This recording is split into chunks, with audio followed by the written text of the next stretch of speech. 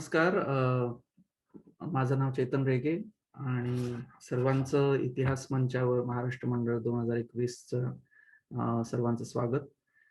अ, आज आपला एक विषय अत्यंत वेगळा आणि वेगळ्या मांडणीचा आलेला आहे. अ, भारतीय प्राचीन भारतीय संस्कृती आणि मूलाधारांच्या शोधात. तर मला हिडन होरायझन्स नावाचं एक डॉक्टर डेव्हिड फ्रॉली, वामदेव शास्त्री यांचं पुस्तक मी आज पाहत होतो. तर त्याच्यामध्ये त्यांनी एक कोट केलेलं होतं. The noted author Philip Rawson introduces his book the art of greater India with the following words. The culture of India has been one of the world's most powerful civilizing forces. Countries of the Far East, including China, Korea, Japan, Tibet, and Mongolia, owe much of what is best in their own cultures to the inspiration of ideas imported from India.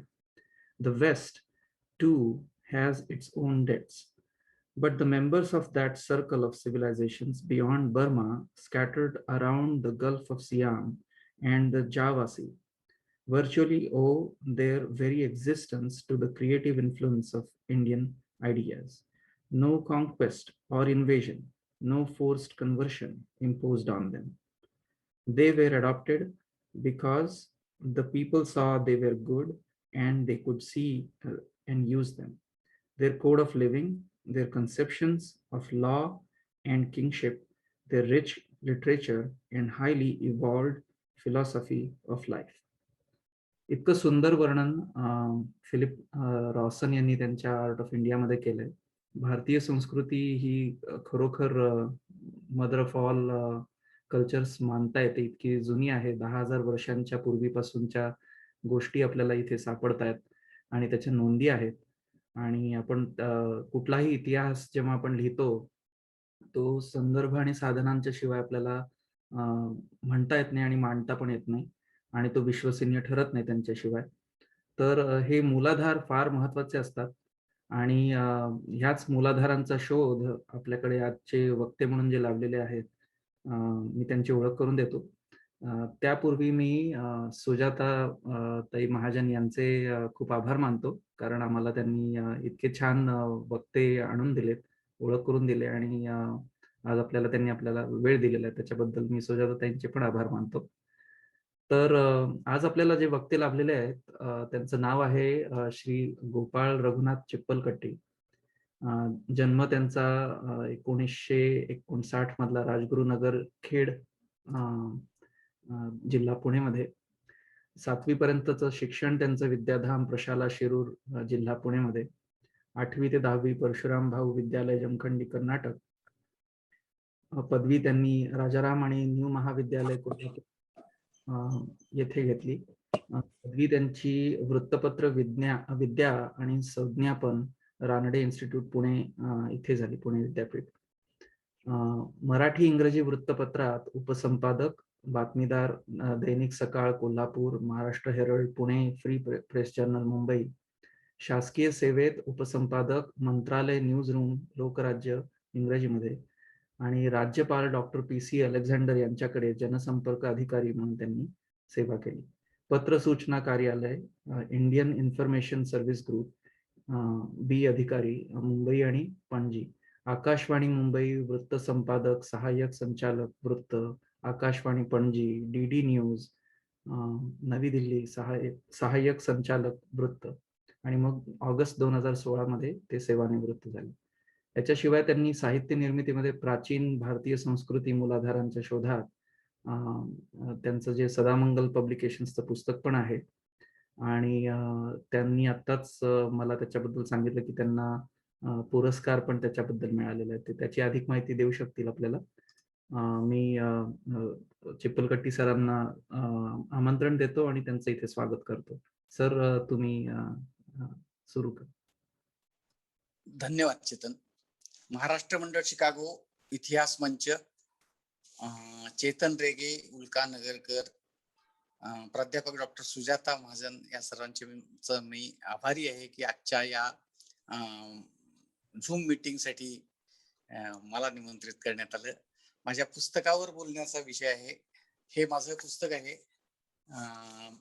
प्राचीन भारतीय संस्कृती मूलाधारांच्या शोधात म्हणून, आणि हे 2018 मध्ये प्रकाशित झालंय.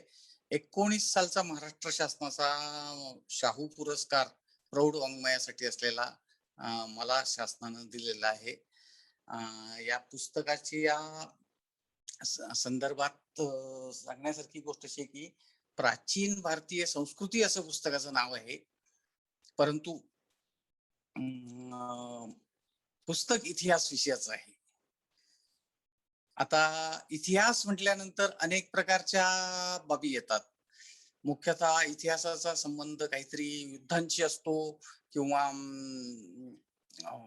राजे रजवाड्यांची असतो, शासन यंत्रणांची असतो, महसुली पद्धतीविषयीचा असतो किंवा वेगवेगळ्या आर्थिक घडामोडींचा असतो, ह्याची आपल्याला माहिती असते. परंतु इतिहासाच्या पानांमध्ये सांस्कृतिक घडामोडींना पुरेसं स्थान मिळत नाही, कमी स्थान मिळतं, किंवा मग संस्कृतीचा म्हणून एक वेगळा इतिहास लिहिला जात असतो, असं बऱ्याचदा घडतं. पण या संस्कृतीच्या संदर्भात बोलताना जितक्या प्राचीन काळी आपण इतिहासाच्या संदर्भात जाऊ, त्यावेळेला सगळ्यात जास्त जी साधनं आपल्याला उपलब्ध होतात ती सांस्कृतिक स्वरूपाची असतात. तिचं स्वरूप हे भाषा आणि धर्म यांच्या अनुषंगानं जाणार असतं. धर्म आणि भाषा ही संस्कृतीची सगळ्यात मोठी अशी दालनं जी आहेत, ती इतिहासाच्या रूपानं प्राचीन सभ्यतेच्या इतिहासात आपल्याला समोर येतात. मग तो इतिहास सुमेरचा असो, इजिप्तचा असो, चीनचा असो किंवा भारताचा असो. आणखीन दुसरी गोष्ट म्हणजे अलीकडच्या काळात आपला इतिहास आणखीन माग जाऊ लागला आहे. जसं विज्ञानाची प्रगती होते आहे तसं तसं या इतिहासाच्या पूर्ववर्ती कक्षा वाढताना दिसतात आहेत. एक जमाना असा होता की युरोपीय इतिहासकारांच्या वर कालमर्यादा होती, ती म्हणजे बायबलनं घालून दिलेली कार्यमर्यादा. साधारण 4000 इसवी सन पूर्व 4000च्या पलीकडे माणसाचा इतिहासच नव्हता. क्रिएशनची तारीखच इसवी सन पूर्व 4000च्या आसपास असावी, असा ख्रिश्चन आणि युरोपीय इतिहासकारांचा समज असल्यामुळे ही इतिहासाची मर्यादा ही 4000 BC म्हणजे एक 6000 वर्षापर्यंतच माग असं गृहीत धरूनच बहुतेक इतिहास लिहिला गेला. परंतु आज दरवर्षी वर्तमानपत्र जर का रेग्युलरली इतिहासाच्या दृष्टिकोनातून वाचणारी माणसं असतील तर त्यांच्या लक्षात येईल की वर्षागणिक आपण इतिहासाच्या संदर्भात आणखीन मागे मागे जातो. मग तो अलीकडच्या काळामध्ये आपल्याला फक्त होमोसेपियन्सचं माहित होतं, पण अलीकडच्या काळामध्ये 2013 मध्ये होमो नलेदीचा शोध लागलेला दिसतो. 2017 मध्ये डिनोसोवन या एक दुसऱ्या प्रजातीचा शोध लागलेला दिसतो. या प्रजातीचा संबंध अल्ताई प्रदेशाशी आहे, ज्याच्याबाबत मी नंतर पुढे बोलणारच आहे. अलीकडच्या काळात इस्रायलमध्ये 10,000 वर्षापूर्वी 1,00,000 वर्षापूर्वीच्या आधीची होमो इरेक्टसची वसाहती उत्खनन करण्यात आलेलं आहे. अगदी आपल्याकडचं जर का बोलायचं झालं तर मेहरगडची जी प्री हरप्पन कल्चर ज्याला म्हटलं जातं, प्री सिंधू संस्कृती म्हटलं जातं, त्या संस्कृतीचं डेटिंग हे 7000 इसवी सन पूर्वपर्यंत मागे गेलेलं आहे. या सगळ्या पार्श्वभूमीवर पूर्वी आपल्याकडं फक्त भीमबेटका पुरतच हे असायचं, प्रस्तर शिल्प, आणि ही अलीकडच्या काळात कोकणामध्ये आढळायला लागली. आता अलीकडं हरियाणामध्ये प्रस्तर शिल्प सापडली आहेत. ही सगळी 35-40 हजार वर्षाच्या पूर्वीची आहेत. या पार्श्वभूमीवर भारतीय इतिहास इसवी सनाच्या मागे किती जातो असं जर का आपण बघायला गेलं तर 2 प्रकारच्या तारखा मिळतात. त्या 2 प्रकारच्या तारखा म्हणजे बुद्धाच्या संदर्भातली तारीख ही बऱ्यापैकी सार्वत्रिकपणे मान्य असलेली अशी इसवी सन पूर्व 5वं शतक, महावीराचं त्या आधी 50 वर्षाचं आधी झालेलं, अशा रीतीने बुद्ध आणि महावीर यांचा कालखंड एकीकडं ठरवला जातो. दुसरीकडं इसवी सन पूर्व 1200 ते 1500च्या दरम्यान ऋग्वेदाचा कालखंड मानला जातो. पण या कालखंडांच्या मर्यादा देखील ख्रिश्चन थिंकिंगमुळे ह्याला ज्या मर्यादा पडल्या होत्या त्या बरोबर नाहीत, ह्याचं एक आकलन खूप पूर्वीच्या काळी टिळकांनी आणि पावगी यांनी ह्याचा विचार करून या सगळ्याच डेट्स ह्याच्या मागे नेणं गरजेचं आहे असं प्रतिपादन केलं होतं. आणि दोघांनी, टिळकांनी आणि पावगींनी आर्यांचं भारतातलं आगमन हे साधारणपणे 6000 वर्षापूर्वीच्या माग असावं असे कयास बांधले होते आणि तेही उत्तर ध्रुवावरनं आणि सायबेरियातनं झालं असावेत असं मानलं होतं. माझाही या विषयावरच्या या पुस्तकाचा जो विषय आहे तो मुद्दामच मी ही प्राचीनतम असं मानव जातीच्या विषयाची मांडणी मुद्दाम आत्ता केली. त्याचं कारण असं की जेव्हा मी शकांच्या बाबत किंवा भारतीय इतिहासाच्या अन्य संदर्भात बोलायला लागतो तेव्हा असा समज होतो की हेही इसवी सनाच्या आसपासच काहीतरी असावं. तर माझ्या विवेचनात जरी उत्तरकालीन संदर्भ येत असले तरी ती बुद्धपूर्व काळाशी संबंधित घटनेच्या बाबत मी बोलतो आहे हे सतत लक्षात ठेवणं गरजेचं आहे. ह्याचं कारण असं की चीनी इतिहासात असे काही दाखले मिळतात. सीमा क्वीन नावाचा जो चीनी इतिहासाचा एक जुना अनलेक्ट लिहिणारा लेखक आहे, तो इसवी सन पूर्व पहिल्या शतकात चीनमध्ये होता आणि त्यांनी त्याचे जे अहवाल स्वरूपाचे हे फार निपक्षपातीपणाने लिहिले. त्यामध्ये त्यांनी झांग क्वियान नावाच्या एका चीनी सरदाराच्या गोष्टींबद्दल लिहिलं. तर हा झांग क्वियान कोण होता, तर ह्याला इसवी सन पूर्व 3ऱ्या शतकात चीनच्या एका सम्राटानं त्यांच्यावरती होणारे हल्ले जे पश्चिमेकडनं होतात त्या हुणांच्या हल्ल्यांच्या पलीकडे जे कोणी असतील त्यांच्याशी आपल्याला मैत्री करता येईल का या इराद्यानं पाठवून दिलं होतं. आता हे सगळं जे आहे ते कौटिल्याच्या मंडल रचनेसारखं दिसायला लागतं ना आपल्याला.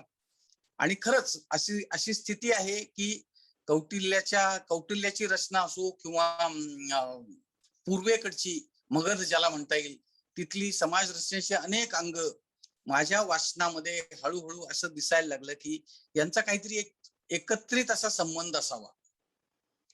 त्यामुळं ही सगळी हे सगळे बिंदू आहेत ते जोडल्यानंतर एक वेगळं चित्र मला दिसायला लागलं म्हणून मी हे पुस्तक लिहिलं. या बिंदूंचं स्वरूप काय होतं, तर या बिंदूंचं स्वरूप असं की पूर्वेकडची संस्कृती ही वैदिक संस्कृतीपेक्षा काहीतरी वेगळी संस्कृती होती. ही बाब जवळजवळ सगळ्याच जुन्या लेखकांना माहीत असून आणि त्यांनी मांडली असूनही पुरेसं लक्ष दिलं गेलेलं नाही. ह्यात सगळ्यात मोठं उदाहरण म्हणजे ओल्डनबर्ग आणि श्रीधर व्यंकटेश केतकर यांचं आहे. या दोघांनी आपल्या पुस्तकांमध्ये पूर्वेकडे जी श्रमणांची संस्कृती होती ती पूर्णपणे वेगळी असावी अशी मांडणी केली होती. सॅम्युअल बील असेल किंवा BC लॉ असतील याही जुन्या लेखकांनी पूर्वेकडची जनपद जी होती वज्जींसारखं, मल्लांसारखं, शाक्यांसारखं जनपद, ह्या शाक्य जनपदाचा शकांशी काहीतरी संबंध असावा असं म्हटलं.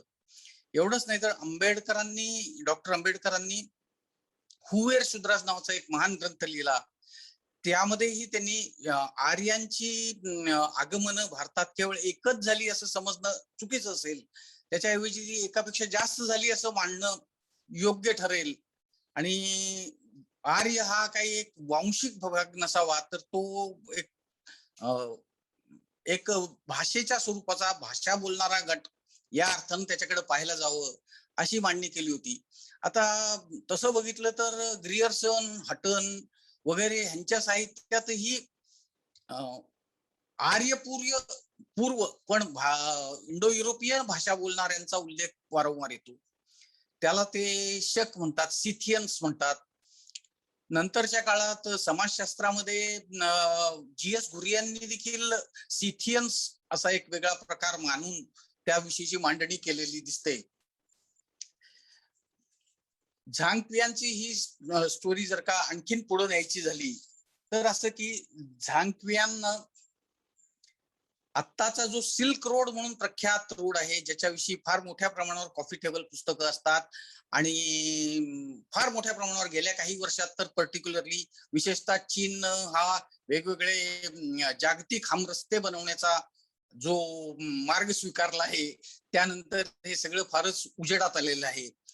पण हे सिल्क रोडचा मूळ प्रवर्तक किंवा शोध लावणारा असं झांगक्वियांचं ची ओळख आधुनिक जगाला अलीकडच्या काळात मोठ्या प्रमाणावर झालेली आहे. ही गोष्ट खरी होती की हुनांच्या पलीकडे कोण असतात हे पाहण्यासाठी हान सम्राट उदी यानं झांगक्वियांना पश्चिमेला पाठवलं आणि त्याच्या या सगळ्या ह्याच्यामध्ये त्याला अटक करून ठेवण्यात आली. तो 10 वर्ष या भागात राहिला आणि शेवटी बाल्खला गेला. बाल्ख म्हणजे अफगाणिस्तानचा उत्तरेकडचा भाग. आणि तिथं असताना त्यांनी चौकशी केली की त्याला बाजारामध्ये एक प्रकारचं कापड आणि एक प्रकारचे बांबू दिसले. तर ते बांबू आणि कापड पाहिल्याबरोबर त्याला असं वाटलं की अरे हे तर आपल्या सिचुआन प्रांतातले आहेत, हे इथं कसे आले? मला येऊन पोचायला इतका त्रास झाला. वाळवंट अख्खं टाकला मकांचं वाळवंट ओलांडून मला इथे येऊन पोचायला इतका त्रास झाला. तर ह्याच्या आधी हे कुठून आले असतील? तेव्हा त्यांनी चौकशी केली असता त्याला लक्षात आलं की हे मथुरेहून आलेले आहेत. म्हणून त्यांनी मथुरेच्या व्यापाऱ्यांकडे चौकशी केली असताना कळलं की ते पालीबोथरा म्हणजे पटण्यातनं आलेले आहेत. आणि पुढं पालीबोथराच्या व्यापाऱ्यांची त्यांनी चौकशी केली असताना त्याला कळलं की पालीबोथराहून सिचुआन मध्ये जाणारा पूर्वेकडचा एक मार्ग आहे. त्याचा हा सगळा हिमालयाच्या पलीकडे असणाऱ्या अशा टिपेडी ज्याला म्हणता येईल असं 3 ज्याचे मार्ग आहेत, उपमार्ग आहेत, असा सिल्क रोड शोधून काढून झाल्यानंतर तो जेव्हा चीनला परत गेला तेव्हा सम्राटानं त्याचं फार मोठं स्वागत केलं, त्याला मोठ्या पदव्या दिल्या आणि त्याचा अहवाल स्वीकारला. तर त्या अहवालात ही बाब नमूद केलेली होती. हे लक्षात घेऊन हान सम्राटांनी त्याला हा मार्ग कुठं आहे आणि काय आहे हे शोधून काढण्यासाठी मोहिमांवर पाठवलं. त्याच्या रिपोर्टमध्ये असं म्हटलं होतं की त्याच्या काळाच्या आधी 1000 वर्षापासून सिचुआन मधून पूर्व भारतात येण्याला रस्ता आहे म्हणून. त्यामुळं तो हा मार्ग शोधण्यासाठी निघाला.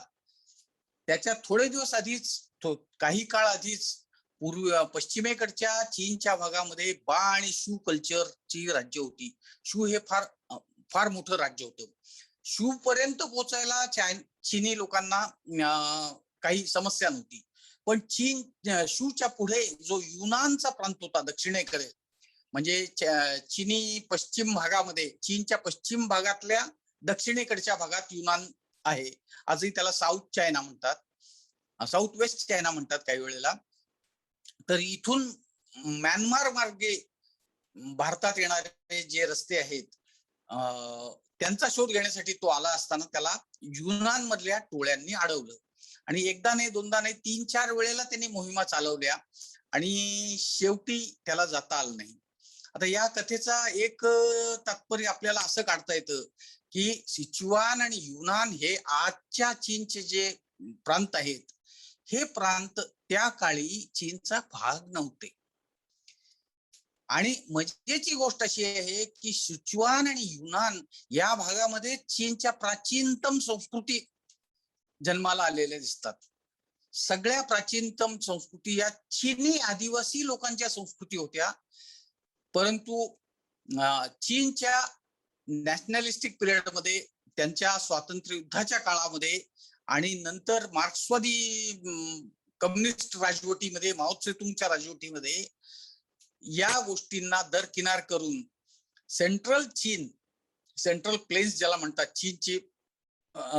चीनच्या नकाशातल्या मध्यवर्ती ठिकाणी असणारी जी सपाट जमीन आहे, त्या जमिनीवर असणारी जी राज्य होती, त्या राज्यांचा इतिहास, हान वंशाचा इतिहास हाच महत्वाचा इतिहास आहे असं बिंबवण्याचा प्रयत्न गेल्या या 100 वर्षापेक्षा जास्त काळ 150 वर्षापेक्षा जास्त काळ सातत्यानं सुरू आहे. युनान प्रांताचं जर का बघितलं तर आजही चीनमध्ये जे काही 90 आदिवासी जमाती आहेत, त्यापैकी 80च्या वर आदिवासी जमाती आजही युनान प्रांतात आहेत. आणि हा युनान प्रांत आपल्या म्यानमार म्हणजे बर्माला लागू नये. मी आपल्या असं म्हणतो, याचं कारण असं आहे की 1935 पर्यंत ब्रिटिश साम्राज्याचं जे इंडिया एम्पायर होतं, त्याचा बर्मा आणि म्यानमार हा सरळ सरळ भाग होते. 35च्या नंतर 35 मध्ये आपल्याकडे 1935चा कायदा झाला आणि त्या कायद्याच्या समांतरपणे म्यानमारमध्ये वेगळी कॉलनी म्हणून ट्रीट करण्याचा निर्णय झाला. अशा रीतीनं म्यानमार वेगळं झालेलं आपल्याला दिसतं. ही स्थिती सिलोनमध्ये नव्हती, श्रीलंकेत नव्हती. श्रीलंकेमध्ये त्याच्या आधीच डच आणि पोर्तुगीज वगैरे येऊन गेलेले असल्यामुळे तिथली जरा अवस्था वेगळी होती. हा, तर माझा सांगण्याचा मुद्दा असा की आता म्यानमारला लागून असलेलं हे जे युनान होतं, तिथं कुनमिंगला येण्याचे रस्ते ते शोधत होते. कुनमिंग हे गाव आहे आणि सिचुआन मधलं आजही फार मोठं गाव, विद्यापीठाचं गाव आणि महत्वाचं गाव जे चेंगडू. तर हे जे पाली ओथराहून पटण्याहून जाणारा रस्ता आहे, हा चेंगडूला जाणारा रस्ता होता, असं झांगक्वियानला कळलं होतं. तर एकीकडे ही झांगक्वियानची जी कथा आहे, ही भारतीय प्राचीन इतिहासाच्या कुठल्याही पुस्तकात 1 किंवा 2 ओळींच्या रूपात, एनसीईआरटीच्या जुन्या टेक्स्ट बुक्स पासून, रोमिला थापरांच्या पुस्तकांपासून, कोणाच्याही पुस्तकामध्ये काढलं, ज्ञानकोशाच्या नोंदींमध्ये काढलं किंवा आपल्या इथल्या जुन्या पुस्तकांमध्ये काढलं, तरी त्यामध्ये झांगक्वियानची स्टोरी सगळीकडे असतेच. परंतु या स्टोरीचा पाठपुरावा पुरेशा प्रमाणात झाला नाही. माझ्या बाबतीत असं घडलं की बौद्ध साहित्याचा, बुद्धाच्या पर्सनॅलिटीचा काही एक अभ्यास करत असताना सॅम्युअल बिलची आणि बीसी लॉ या मंडळींची काही पुस्तकं वाचता आली. या पुस्तकांमध्ये बुद्धाच्या शाक्य जमातीबाबत स्पष्टपणे शाक्य म्हणजे शक असं लिहिलेलं मला आढळलं. श्रीधर व्यंकटेश केतकरांनी त्यांच्या प्राचीन महाराष्ट्र, मी हे पुस्तक दाखवतो, प्राचीन महाराष्ट्र या पुस्तकामध्ये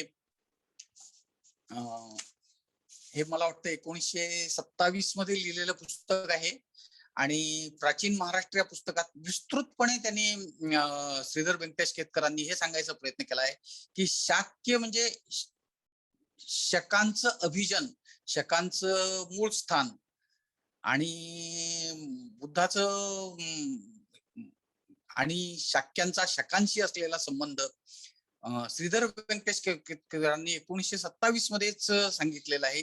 त्याही आधी ओल्डनबर्गच्या पुस्तकामध्ये, बुद्धावरचं जे ओल्डनबर्गचं प्रख्यात पुस्तक आहे, त्यामध्ये परिशिष्टामध्ये त्यांनी हे सगळं वेगळं कसं आहे, वैदिक संस्कृतीपेक्षा ही श्रमणांची संस्कृती काहीतरी पूर्णपणे वेगळी आहे, अशी मांडणी केलेली दिसते. अलीकडं मगधाचा परत इतिहासकार लिहिणारे ब्रॉन्कोहर्स्ट नावाचे आहेत, त्यांनी अशी मांडणी केलेली दिसते.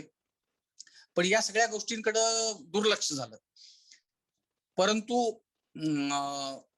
मी जर थोडस बारकाईनं जसं जसं पाहायला लागलो, तसं मला लक्षात आलं की पहिली गोष्ट ही आहे की युनान आणि आपलं पूर्व म्हणजे ओरिसा, बांगलादेश, बंगाल आणि नॉर्थ ईस्टची आसाम सकट सगळी राज्य, इथली जी हवा पाणी आहे, इथलं जे हवामान आहे, ते युनान आणि सिचुआन मधल्या युनानच्या हवा पाण्याशी सारखंच आहे. दमट हवा आहे, उष्णता आहे, दलदलीचे भाग खूप आहेत, असे दोन्ही ठिकाणचं वातावरण आहे. दुसरी गोष्ट महत्वाची म्हणजे मराठी विश्वकोशापासून जागतिक क्षेत्रातही किंवा राईस अल्मनॅक म्हणून एक अल्मनॅक असतो, त्यामध्येही मला असं एक आढळून आलं की या सगळ्या प्रदेशातलं मुख्य पीक काय आहे, तर ते भात शेतीचं पीक आहे. भात शेती जगामध्ये केव्हा कुठं काय सुरू झाली हे जर का बघायला लागलो तर लक्षात येतं की भात शेती ही थायलंड आणि म्यानमार आणि युनान या प्रदेशात भात शेतीनं आधी जन्म घेतला. असं दिसतं. सगळ्यात त्याच्या जुन्यातल्या जुन्या ज्या व्हरायटीज आहेत.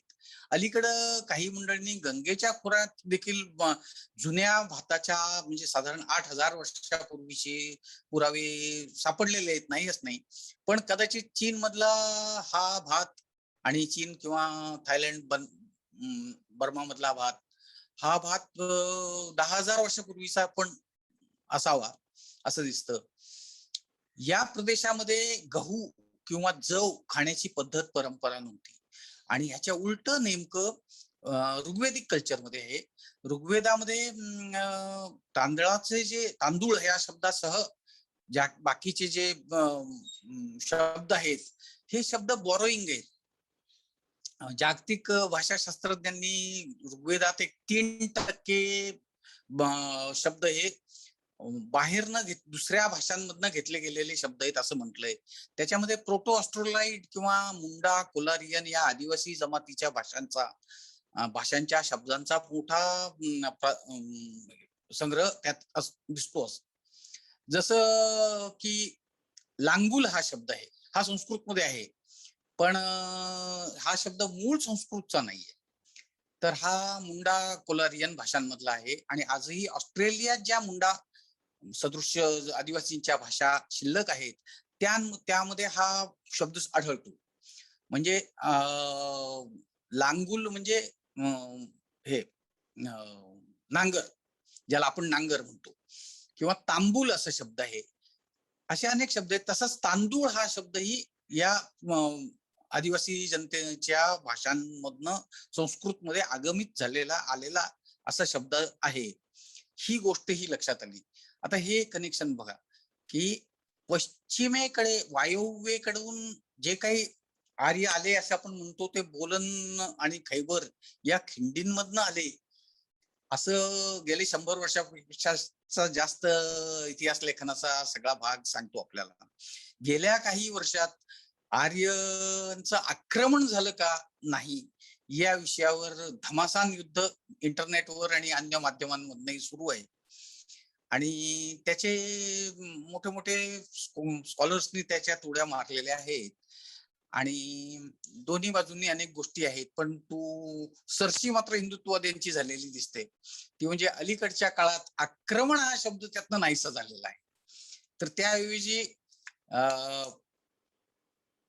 हिंदुत्ववाद्यांच्या नुसार वैदिक सभ्यता उभी करणारे लोक हे इथून केव्हा तरी मिट्टानींच्या राज्यात पश्चिमेकडे आणि तिथून पुढे ग्रीस आणि युरोपामध्ये असे भारतातून गेले, अशी ही आउट ऑफ इंडिया थेरी म्हणून थेरी आहे. ह्याच्या उलट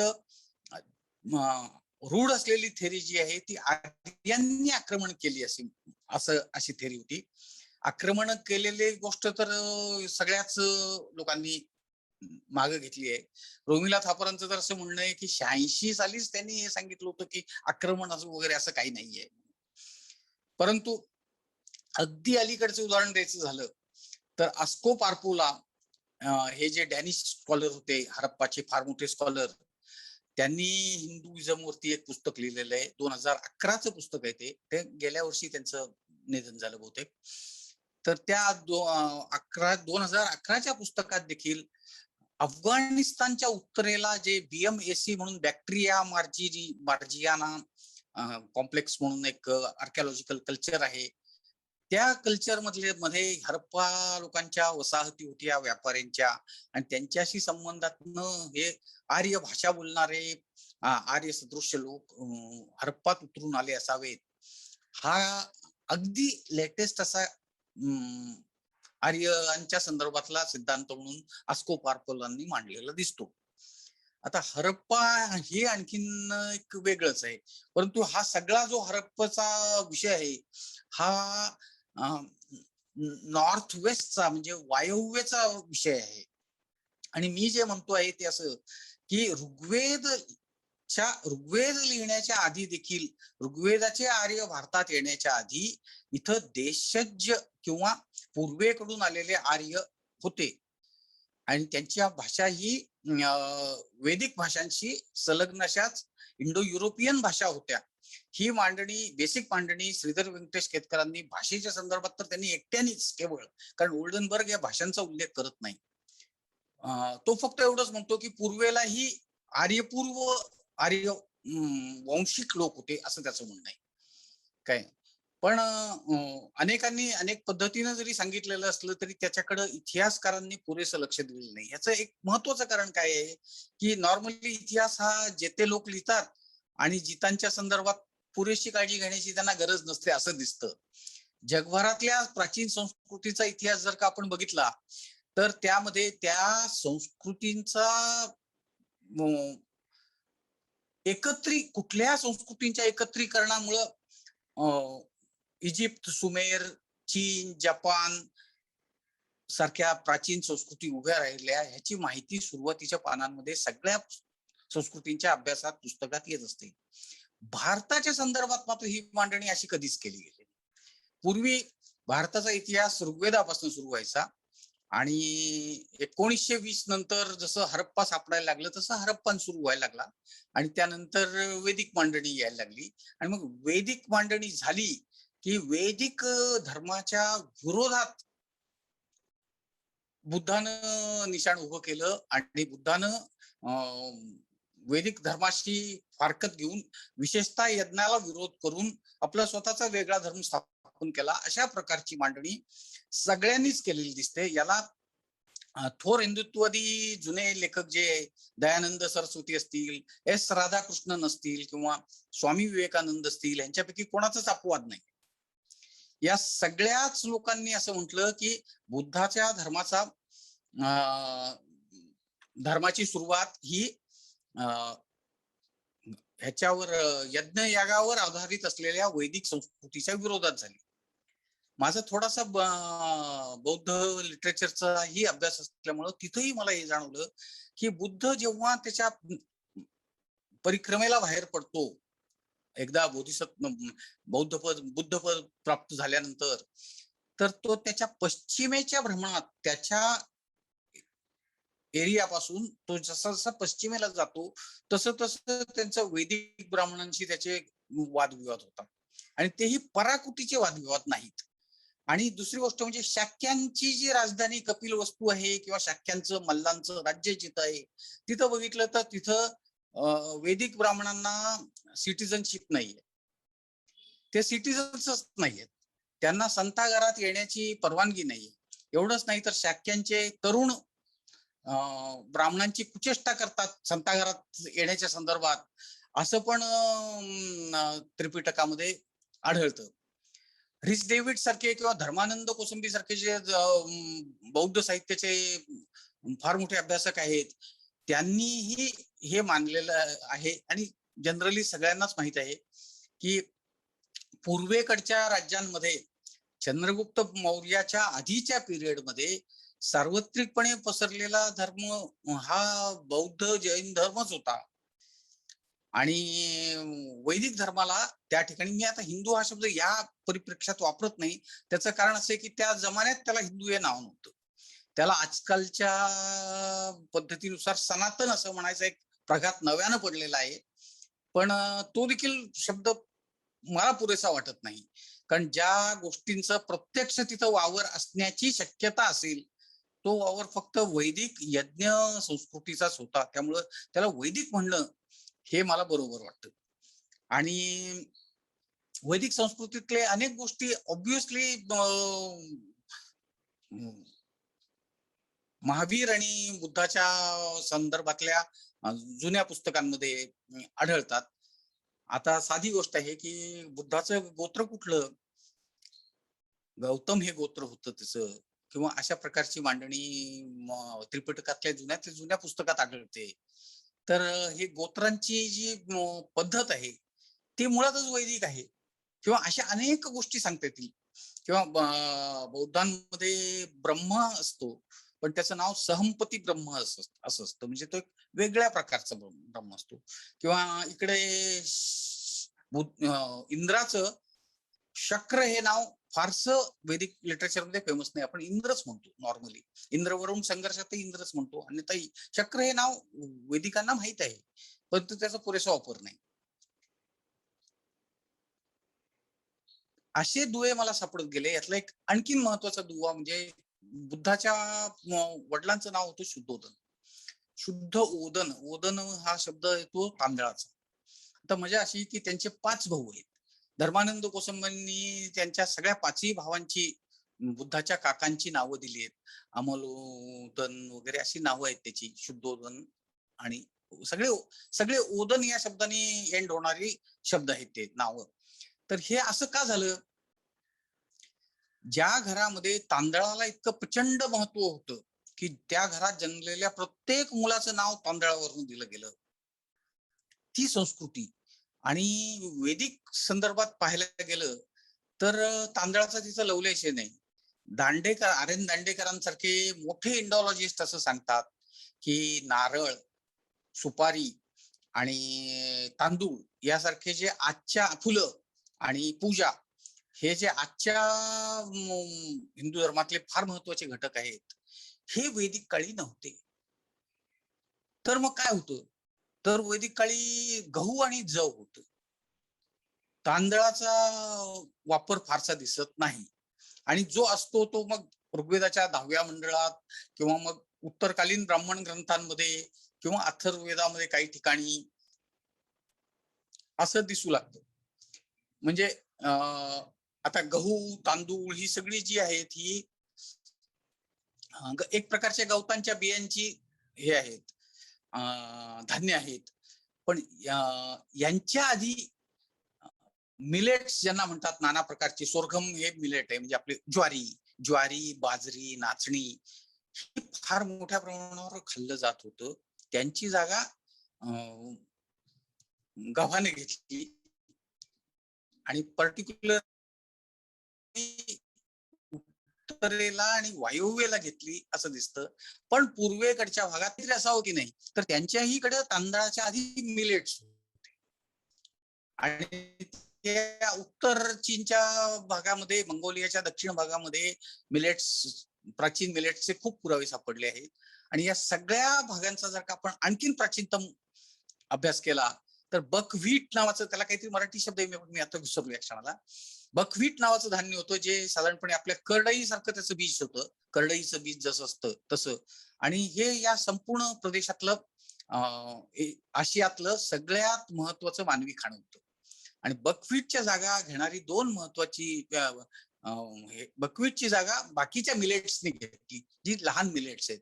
ती म्हणजे नाचणी, वरी, बाजरी, ज्वारी आणि त्याच्यानंतर गहू आणि तांदूळ या धान्यांनी आपापल्या रिस्पेक्टिव्ह जागा, पश्चिमेकडे गहू आणि पूर्वेकडे तांदूळ असं केलेलं दिसतं. तर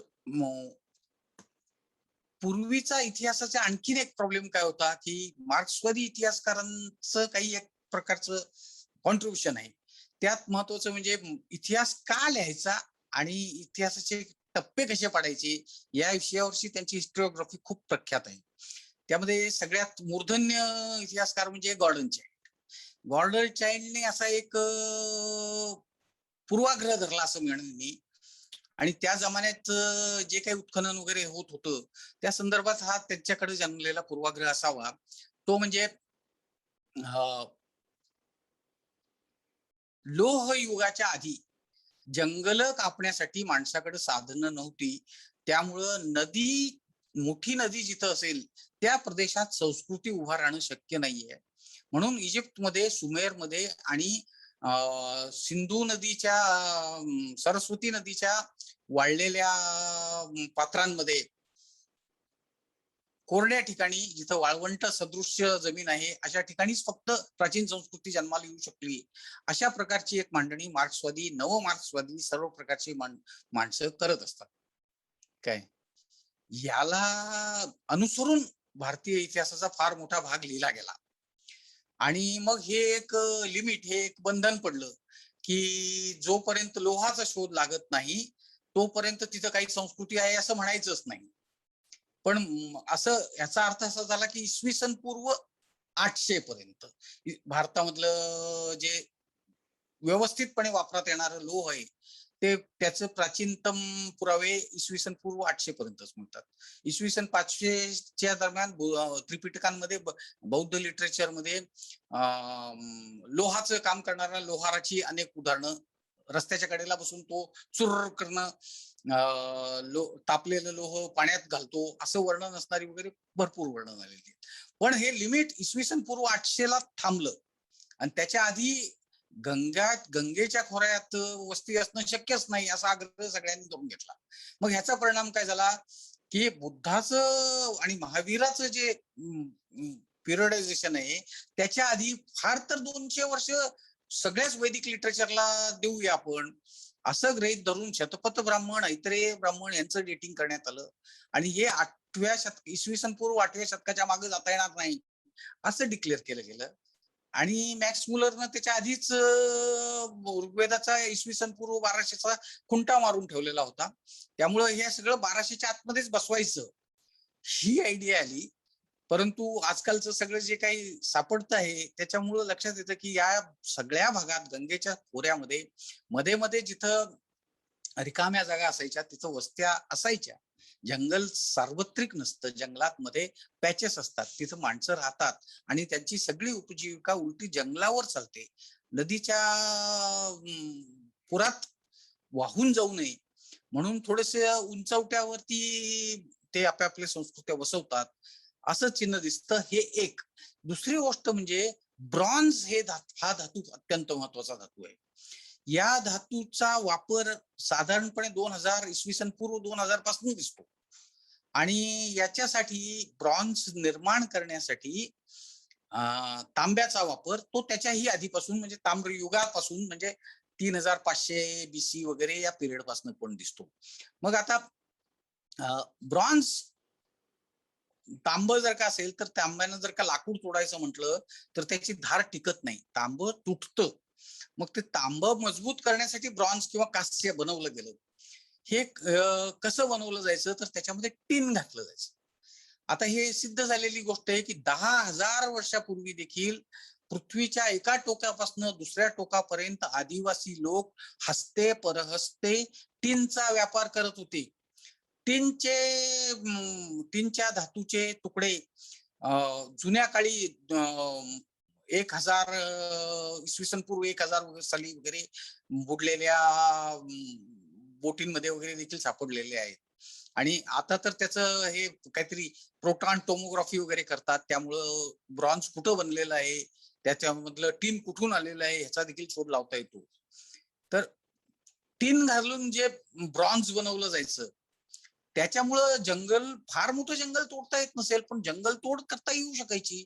आणि हीच ब्रॉन्झचं जे उत्पादन होतं हे चीनच्या ज्या प्राचीन राजवटी आहेत त्यातल्या शांग राजवटीमध्ये ब्रॉन्झची फार मोठमोठी घंगाळ किंवा कॉल्ड्रॉन्स ज्याला म्हणतात अशी भांडी फार मोठ्या प्रमाणावर सापडलेली आहेत. तर माझ्या सांगण्याचा अर्थ असा की पूर्वेचं जे मगधाकडचं सगळं होतं, मगध राज्य, आणि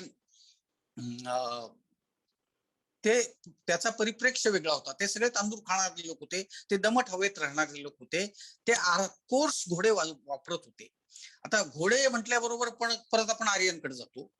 पण मजा अशी आहे की घोडे हे परत स्टेपे नोमॅड्स ज्यांना म्हटलं जातं, म्हणजे हिमालयोत्तर पण सायबेरियाच्या मधला म्हणजे मंगोलिया पासून कझाकस्तान, किर्गिझिस्तान या मार्गानं तुर्कस्तान पर्यंत जाणारा जो सगळा मधला पट्टा आहे, या पट्ट्यात राहणारे जे भटके लोक होते त्या लोकांनी घोडे माणसाळवले हे आता सिद्ध झालेले. कझाकस्तानमध्ये बोटाई नावाचं क्षेत्र होतं, त्या क्षेत्रामध्ये 3500 इतिहास इसवी सन पूर्वची घोड्यांचं सगळं सापडलेलं आहे. आणि दक्षिण रशियामध्ये, सायबेरियामध्ये, उत्तर चीनमध्ये, मंगोलियामध्ये सर्व ठिकाणी काही ठिकाणी तर 150 वगैरे घोडे देखील मारून त्यांना एखाद्या माणसाच्या कवरीच्या बरोबर पुरल्याचं आढळतं. परंतु घोड्याचं जर का बघितलं तर ते जरासं आणखीन वेगळ्या स्वरूपाचं आहे. आपली जी कल्पना असते की घोडा म्हणजे घोडस्वार, असं इतिहासात घडलेलं नाही. घोडा हे गवताळू गवतांच्या कुरणांच्या प्रदेशामध्ये सहजपणे शिकार केला जाणारा प्राणी होता. म्हणून घोड्याचा पहिला उपयोग घोडा हा खाल्ला जायचा. नंतर दुसरा उपयोग काय तर वॅगन सोडण्यासाठी, जसं आपण बैलगाड्या ओढतो तसं ओढण्यासाठी त्याचा वापर केला जायचा.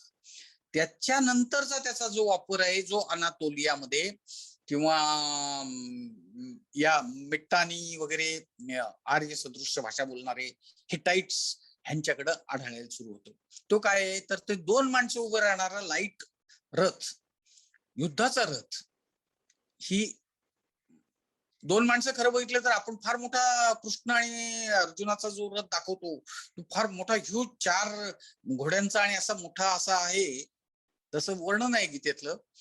परंतु इजिप्तमध्ये किंवा सुमेरमध्ये किंवा हिटाइटांच्या राज्यामध्ये सगळीकडे वापरले जाणारे जे रथ होते ते मात्र लाईट वेट रथ होते. बेनहर सारख्या सिनेमामध्ये आपल्याला ते लाईट वेट चे हे पाहायला मिळतात बघा, तसे बनवलेले. आता तसलाच एक रथ जो लाईट वेट म्हणता येईल, ब्रॉन्झ ज्याला हे आहे, पत्रे ठोकलेले आहेत, खिळे मारलेले आहेत, असं रथ सिनोलीमध्ये अलीकडे सापडलाय. ती सिनोलीची डॉक्युमेंटरी सार्वत्रिक प्रसिद्ध आहे. तर सांगण्याचा मुद्दा असा की पूर्वेकडचे जे हे लोक होते ते जर का मंगोलियातनं चीनवर आक्रमण करता करता सिचुआनमध्ये आणि सिचुआनमधनं युनानमध्ये आणि तिथून बर्मा मार्गे भारतात वेदपूर्व काळी आले असावेत, तर त्यांच्याबरोबर घोडे पण होते. महावीराच्या संदर्भात, पार्श्वनाथाच्या संदर्भात आणि बुद्धाच्या संदर्भात घोड्यांचे अनेक उल्लेख अर्धमागधीमध्ये आणि पाली ग्रंथांमध्ये विखुरलेले आहेत. ते सगळे काढून बघितले तर लक्षात येते की घोड्यांचा वावर होता. अर्थात या सगळ्या गोष्टीचं डेटिंग फार जुनं नाहीये. इसवी सन पूर्व 500-600च्या दरम्यानचा हा काळ आहे. पण त्याही आधी जवळजवळ 250 वर्ष पार्श्वनाथ होता. पण पार्श्वनाथाच्या संदर्भातही घोड्यांचा संदर्भ आहे अनेक ठिकाणी. हे जसं जसं चित्र दिसायला लागलं तसं तसं त्याचा काही एक पुरावा शोधणं, त्याचे काही संदर्भ अन्यत्र सापडतात का असं पाहण्याचा मी प्रयत्न केला. त्याच्यामध्ये महत्वाची गोष्ट म्हणजे काय वेगळं होतं पूर्वेकडच्या राज्यांमध्ये, तर जनपद होती. पूर्वेकडच्या राज्यांमध्ये खूप प्रकारची जनपद होती आणि ही जनपद विदेह, कुरु, पंचाल, कोसल ही तर जुनी होती. पण बुद्धकाळी वगैरे वज्जी, मल्ल, शाक्य, अंग, वंग, कलिंग ही जनपद होती. आणि थोडस मध्य देशामध्ये अवंती, शूरसेन, अस्सक, गांधार, कंबोज ही जनपद होती. आता संघगण आणि जनपद ही सगळी जी भाषा आहे ही भाषा त्रिपिटकांची आणि जैन पुब्ब जुन्या ग्रंथांची अशी भाषा आहे. काशीचं राज्य खूप जुनं राज्य होतं. हे जातक कथांच्या ह्याच्यातनं आणि कथासरित सारख्या जुन्या ग्रंथांमधनं आपल्याला लक्षात येतं की हा सगळा काळ हा बुद्धाच्या आधीचा 1000 वर्षाचा तरी किमान काळ असावा.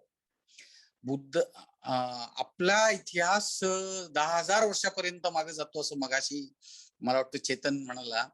हो खरं आहे, परंतु त्या दिशेनं आपला इतिहास मागं नेण्याच्या दिशेनं पहिलं पाऊल म्हणजे आपल्याला बुद्धाच्या मागं जावं लागेल, महावीराच्या मागं जावं लागेल, पार्श्वनाथाच्या मागं जावं लागेल. आणि हे जात असताना पश्चिमेकडचा इतिहास आपल्याला पुरेशी साधन सामग्री देऊ शकत नाही, वायव्येचा इतिहास देऊ शकत नाही. इथून पुढे मिळाल्याची गोष्ट वेगळी आहे, पण पूर्वेचा इतिहास जो आहे तो मात्र अशी साधन सामग्री देतं. पहिली महत्वाची गोष्ट म्हणजे त्रिपिटकांमध्ये आणि जैन ग्रंथांमध्ये इतक्या शहरांची नावं आहेत. कपिलवस्तू असू द्यात किंवा चंपा असू द्यात, साधारण 20 शहरांची नावं जी.सी. पांडेंच्या पुस्तकात त्यांनी दिलेली आहेत. आता रोमिला थापर वगैरे या सगळ्या इतिहासकारांचं जर का म्हणणं काय आहे या संदर्भात आपण हे जर का चेक करून पाहिलं तर ते केवळ 100, 150, 200 वर्षाचा काळ देतात की बुद्धापूर्वी 200 वर्षातच ही सगळी नगर उभी राहिली, त्याच्या आधी काही नव्हतं, तिथं जंगल होतं. आता हे तर बरोबर नाही ना, की एवढं मोठं ज्याला सेकंड अर्बनायझेशन म्हणता येईल, हरप्पा हे पहिलं अर्बनायझेशन धरलं तर सेकंड अर्बनायझेशन म्हणता येईल, असं अर्बनायझेशन पूर्वेकडे निर्माण व्हायला किमान 1000-2000 वर्षाचा तरी कालावधी लागला असेल की नाही. आणि त्याही पूर्वेकडची जे प्रदेश आहेत तिथले लोक स्वतःच्या इतिहासाबद्दल काय सांगतात जरा पाहणार आहात का नाही. थायलंडचे लोक स्वतःच्या इतिहासाबद्दल काय सांगतात, बर्माचे लोक स्वतःच्या इतिहासाबद्दल काय सांगतात आणि चीनचे लोक स्वतःच्या इतिहासाबद्दल काय सांगतात हे पाहायला नको का. चीन आपला सगळ्यात जवळचा नेबर आहे. कसं चीन आज तुमचा दुश्मन असेल, मित्र असेल, काही असेल, ही गोष्ट वेगळी, परंतु चीनी इतिहास खूप जुना आहे, ही गोष्ट कशी विसरता येईल. आणि पश्चिमेकडनं आर्य आले आणि इंडो युरोपियन भाषा, संस्कृत भाषा, ग्रीक भाषेचा संबंध, या गोष्टी युरोपियन माणसांनी शोधून काढल्या. त्याच्यात फ्रेंच, जर्मन, इटालियन, ब्रिटिश सगळेच होते. ही गोष्ट खरी आहे की त्यांनी 100-150 वर्ष या भाषांचे अभ्यास केले, विल्यम जोन्स पासून सुरू करून, आणि हे सगळं एस्टॅब्लिश करण्यात आज तागायत त्यांचे विद्वान पुढे आहेत, सरशीत आहेत. दुर्दैवानं चीनच्या बाजूनं असा कोणताच प्रयत्न झाला नाही. एका विशिष्ट टप्प्यानंतर अलीकडच्या काळात, अलीकडच्या 100-200 वर्षाच्या काळात चीननं स्वतःला बंदिस्त करून घेतलं आणि त्याच्यानंतर जगाच्या बरोबर आपला काही संबंध आहे हे मान्य करायला चीन तयार झाला नाही. आपल्याकडे आधी मुस्लिमांचं 700 वर्ष राज्य आणि ब्रिटिशांचं 150 वर्ष राज्य, अशा परकीय राज्यांमुळं आपण स्वतःहून आपले नेबर्स कोण होते, त्यांच्याशी आपले काय संबंध होते हे पाहायला गेलो नाही. दुसरी गोष्ट म्हणजे स्वातंत्र्योत्तर काळात चीन हा एक शत्रू म्हणून निर्माण झाल्यामुळे चीनच्या संस्कृतीशी आपला काही संबंध दाखवण्याचा प्रयत्न करणं हे फक्त डॉक्टर कोटणीसांच्या स्टोरी पुरतच मर्यादित ठेवायला पाहिजे, अशी काहीतरी भावना निर्माण झालेली. इतक्या प्राचीन संस्कृतींना, जे 3-4 हजार वर्षापूर्वीच्या गोष्टी बोलतो आहोत, त्यात चीन होता कुठं.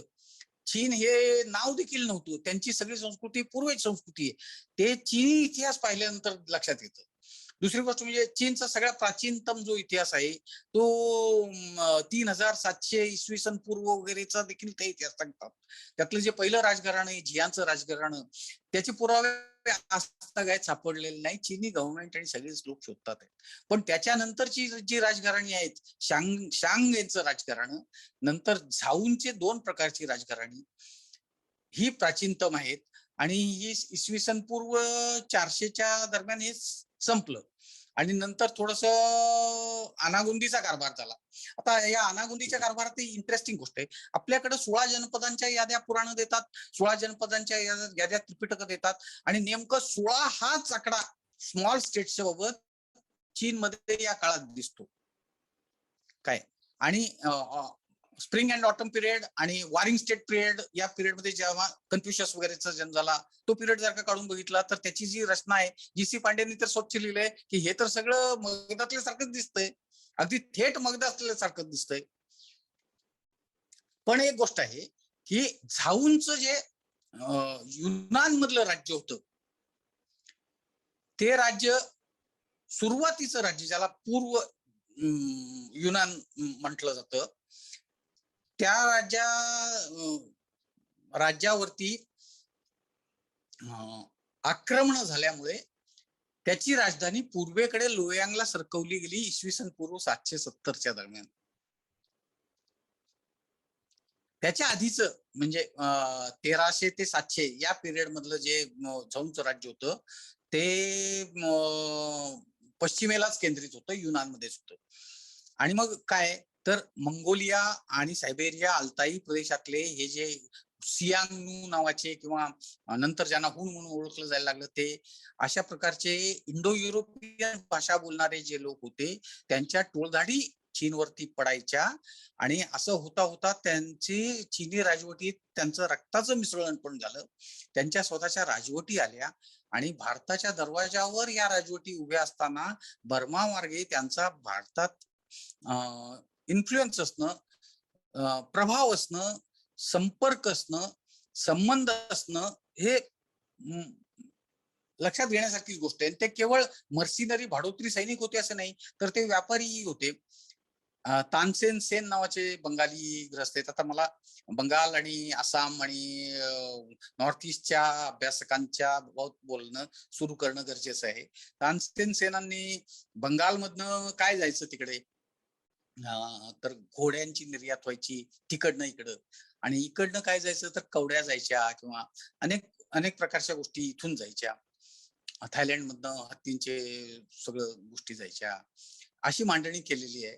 आणि ज्याला तिसरा सिल्क रूट म्हणतात, मेरीटाईम सिल्क रूट, त्याचं आहे. पण त्याही पेक्षा महत्वाचं म्हणजे युनानमधनं भारताला येणारा हा रस्ता, बिनयांग नावाचे एक कोलंबिया युनिव्हर्सिटीमध्ये होते जे बिनयांग म्हणून चिनी डिसिडंट आहेत ते, आणि सध्या कुठं हवाई बेटात का कुठंतरी विद्यापीठात प्राध्यापक आहेत. तर त्यांनी अनेक प्रकारची संशोधनं केली. त्यांनी बियॉन्ड द क्लाउड्स नावाचं एक पुस्तक लिहिलंय. त्या पुस्तकात त्यांनी युनानमधनं भारताला येणारा साऊथ वेस्ट सिल्क रोड कसा होता हे सांगितलंय. अलीकडच्या काळात युनेस्कोनं देखील हे रस्ते होते आणि इथं हे चालायचं, असं एक टीम विल्यम्स नावाच्या माणसाकडनं काही सर्वे करण्यात आलेला होता. या सर्वेचा वापर करून हे म्हटलंय, अशा अनेक प्रकारचे असे रस्ते होते. हे आपल्या सगळ्या नॉर्थ ईस्टच्या लोकांनी फार मोठ्या प्रमाणावर शोधलं आहे. जुन्या साहित्यातनं शोधलंय, मिंग राजवटीतल्या लिखाणातनं शोधलंय, आपल्या कौटिल्याच्या ग्रंथाचा, दुसऱ्या ग्रंथांचा, महाभारतातले उल्लेख, चीन, किरात हे शब्द ह्यांचे उल्लेख, हरप्रसाद राय नावाचे खूप मोठे संशोधक आहेत. त्यांनी काही हाँगकाँगमध्ये 92 मध्ये भाषणं दिली, तेव्हापासून सुरू होऊन ही बरीच मांडणी झालेली आहे. शिवाय मग ह्याच्यामध्ये आणखीन काय होतं, तर मला असं दिसतं की या सगळ्या चिनी प्रदेशामध्ये जे आर्किओलॉजी आहे त्याच्यामध्ये खूप मोठ्या प्रमाणावर कवड्या सापडतात. आता कवड्या हे आपलं धार्मिक गोष्ट आहे, पण कवडी हा शब्दच मुळात मॉनेटरी सिस्टीमचा पार्ट आहे, चलन म्हणून वापरलं जायचं. ही गोष्ट आपल्याकडे अजूनही स्मरणात स्वच्छपणे नोंदवलेली दिसते. प्रत्येक माणूस कवडी चुंबक असं म्हणतो अगदी सहजपणे. कवडी हा पैशाचा प्रकार आहे, ह्याची स्मृती आजही भारतीय लोकांमध्ये स्वच्छ आहे. पण एका जमान्यात कवड्या हेच जगाचं चलन होतं. पण अनफॉर्च्युनेटली नाणक शास्त्राचा किंवा चलन विषयाचा जर का एन्सायक्लोपीडिया जगातले काढले, आपल्या इथं रिझर्व्ह बँकेनं प्रकाशित केलेली पुस्तकं काढली, जगातली या विषयाची टेक्स्टबुक वगैरे सगळी पाहिली, तर त्याच्यामध्ये कवड्याविषयीचे 4 ओळीचं लिखाण नसतं, इतकी भयंकर अवस्था आहे. पण मला असं वाटतं की हा सगळा प्राचीन इतिहास जो आहे तो नाहीसा होण्याचं एक अत्यंत महत्वाचं कारण, जसं दलदल हे महत्वाचं कारण होतं ज्याच्यामुळे सगळं नाहीसं झालं, तसंच दुसरं म्हणजे त्यांचं चलन कवड्यात होतं आणि ते कवड्याचं चलन जाऊन त्याची जागा ब्रॉन्झच्या तुकड्यांनी आणि तांब्याच्या तुकड्यांनी घेतली. मग पुढे चांदी, सोनं ह्याची नाणी झाली. ही ती स्टोरी आहे ज्याच्यामुळं हा जुना इतिहास विसरला गेला. हा इतिहास हा पूर्वेकडच्या जुन्या राज्यांचा इतिहास आहे आणि त्यातनं आपल्याला आपल्या इतिहासाची पाळंमुळं शोधता येतात. म्हणून माझ्या पुस्तकाचं नाव आहे मूलाधारांच्या शोधात. आणि भारतीय प्राचीन संस्कृती असं का मी म्हणतो, कारण त्याच्यामध्ये धर्म आणि भाषा या 2 महत्वाच्या अंगांना मी जास्तीत जास्त हात लावतो. तांदूळ आहे किंवा कवड्या आहेत किंवा अन्य गोष्टी आहेत यांच्याशी तुलनेनं माझ्या पुस्तकात आणि माझ्या विवेचनात तुम्हाला जास्त आढळणार नाही. धर्माचा जिथं प्रश्न येतो तिथं असं लक्षात येतं की एक M.A. ढाकी नावाचे आर्किओलॉजिस्ट होते आणि त्यांनी पार्श्वनाथावरती एक पुस्तक लिहिलेलं आहे, म्हणजे काही लेख लिहिलेले आहेत. तर त्या पार्श्वनाथच्या पुस्तकामध्ये त्यांनी श्रमणांच्या धर्माची जी मांडणी केली आहे, तर त्याच्यामध्ये श्रमणांचा बुद्धपूर्व असा फार मोठा स्रोत तो आहे असं दिसतं, की श्रमणांमध्ये अहिंसा का होती.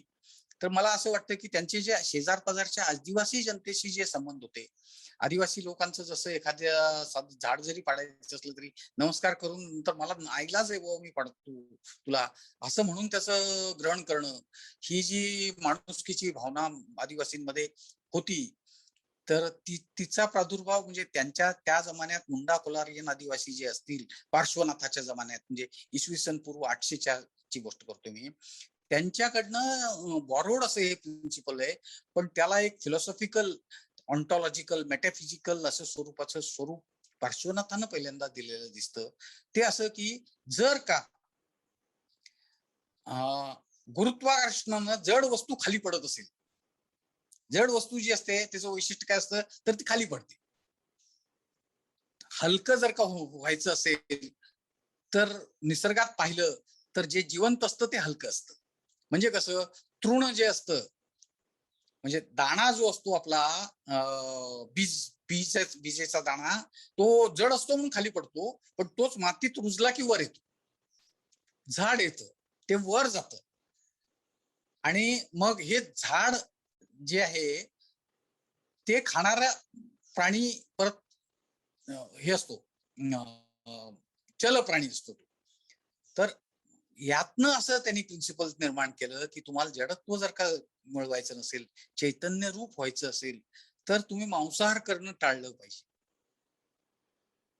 ही लॉजिकली किती बरोबर आहे हा मुद्दा इथं महत्वाचा नाहीये. तर श्रमण परंपरेमध्ये असणारी अहिंसेची जी बाजू आहे ती कुठून आली, असा विचार केला तर पार्श्वनाथ हे त्याच्यातलं फार महत्वाचं एक भाग आहे हे लक्षात येतं.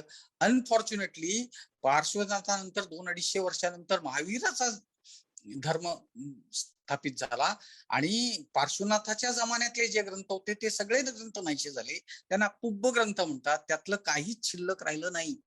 आणि त्यामुळं पार्श्वनाथाची पर्सनल हिस्ट्री देखील फार उशिरा 4थ्या-5व्या शतकात लिहिलेल्या एका ग्रंथामध्ये दिसते आपल्याला. संपूर्ण महावीर ट्रेडिशन मध्ये अर्धमागजीमध्ये पार्श्वनाथाचं सुसंगत असं चरित्र किंवा त्या जमान्यातले पुब्ब ग्रंथांपैकी कुठलीच गोष्ट नाहीये. अनफॉर्च्युनेटली सगळंच वॉश आउट होऊन गेलं, कारण नवीन माणसांनी, नवीन तीर्थंकरांना तो धर्म टेक ओव्हर केला आणि त्यामुळे जुन्या सगळ्या खुणा पुसल्या गेल्या. हा, मी हे सांगत होतो की आसामच्या संदर्भामध्ये आणि नागालँडच्या संदर्भामध्ये, नागालँड, मिझोराम, अरुणाचल प्रदेश इथल्या ज्या जनजाती आहे, या जनजातींचा प्रत्येकाचा जर का अभ्यास केला, अहोम सारखी खूप मोठी जनजाती आहे, तर यांचं म्हणणं असं आहे की ते 16व्या शतकात, 14व्या शतकात, 8व्या शतकात कोण केव्हा पश्चिमेकडे म्हणजे भारताकडे आले, ह्याचे त्यांच्या ट्रायबल रेकॉर्ड्स आहेत त्यांच्या. पण असं दिसतं की त्यांच्या ट्रायबल रेकॉर्ड्स पुरतच मर्यादित का ठेवावं होते. फार पुरातन काळापासून 10,000 वर्षापासून जेव्हा दिनोसोवन अल्ताई प्रदेशामध्ये गुफांमध्ये राहत होता, त्याचा आणि निअँडरथालनचा काहीतरी संबंध होता आणि होमोसॅपियन्सचाही संबंध होता. त्या 30-40 हजार वर्षापासून हे सगळं येणं जाणं चालू असावं. दुसरा काय मार्ग आहे? दुसरी गोष्ट म्हणजे टिळक किंवा पावगी सांगतात त्याप्रमाणे आर्य भाषा बोलणारे जे गट सायबेरियात राहत होते, त्यांना फक्त पश्चिमेचेच दरवाजे उघडे होते असं नाही, त्यांना दक्षिणेला उतरता येत होतं. आणि दक्षिणेला येऊन पश्चिमेला जर का आले तर ते भारताच्या ईशान्येला, नॉर्थ ईस्ट मध्ये अवतरतात, ही गोष्ट स्पष्ट दिसते. आणि आपल्याकडे चीन, किरात या मंडळींचा महाभारत आणि इतर ठिकाणी असलेले अनेक उल्लेख आहेत. तर ही सगळी देवाणघेवाण जी आहे ही एकदा पुन्हा इतिहासकारांनी तपासली पाहिजे. आपल्या इतिहासाची, संस्कृतीची जी पाळंमुळं आहेत ती जरा डीपली संशोधणं अत्यंत आवश्यक आहे. त्यासाठी चीनी भाषा आणि चीनी संस्कृती ह्याचाही अभ्यास करणं गरजेचं आहे. हे सांगण्याचा माझ्या पुस्तकाचा इरादा आहे. मला जाता जाता काही आता भाषेविषयी बोलतो म्हणून ते एक थोडंसं सांगतो. आता आपल्या इथं डोंबिवली, बोरिवली, सांगली, अमुक, ली न एंड होणारे खूप ग्राम नाम आहेत.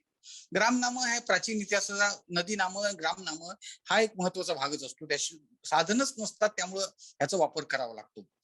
आता उदाहरणार्थ फोर्ड हा शब्द आपल्याला माहित आहे, पण फोर्ड या शब्दाचा अर्थ काय? तीर्थ आहे, जिथं नदी सहजासहजी लंघता येते, नदी क्रॉस करता येते, घोडे घालता येतात किंवा बैल घालता येतात, म्हशी घालता येतात, अशी जी जागा असते तिला तीर्थ म्हणतात. म्हणजे ते फोर्ड आहे. तर ब्रिटन मधले सगळे जे फोर्ड आहेत, अमेरिकेतले फोर्ड आहेत, ते सगळे फोर्ड हे फोर्ड आहेत.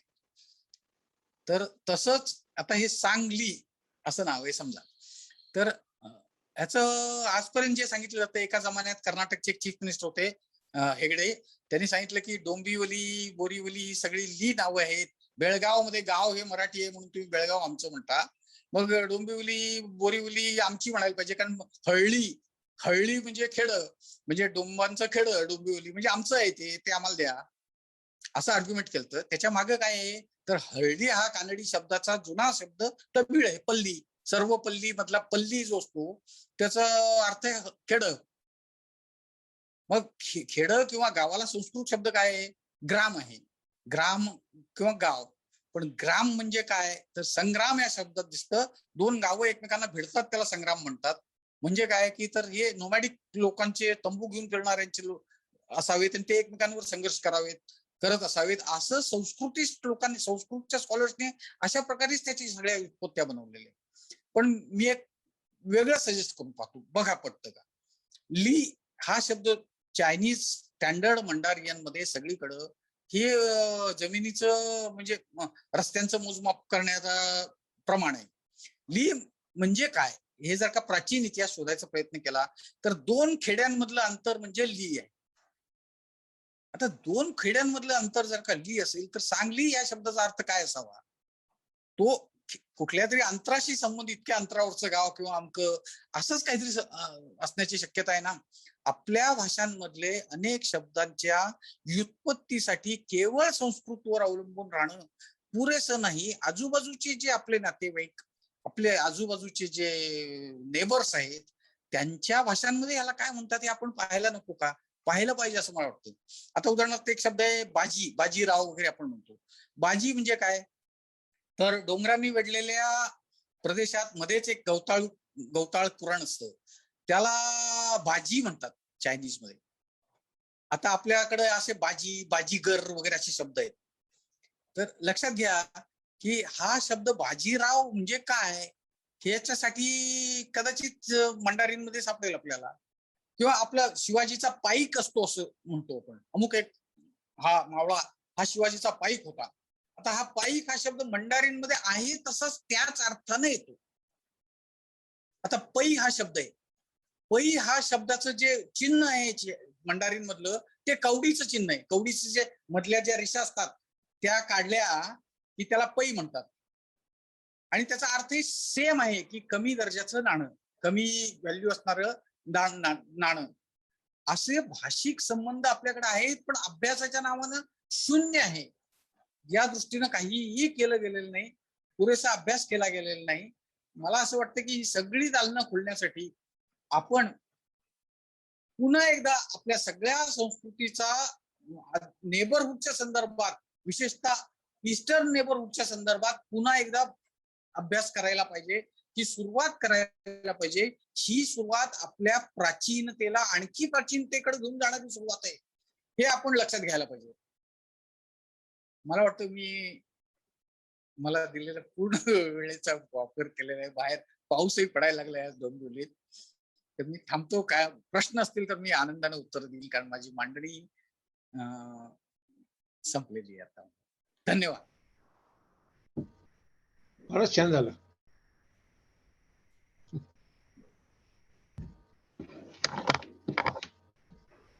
एक प्रश्न तुम्हाला विचारतो.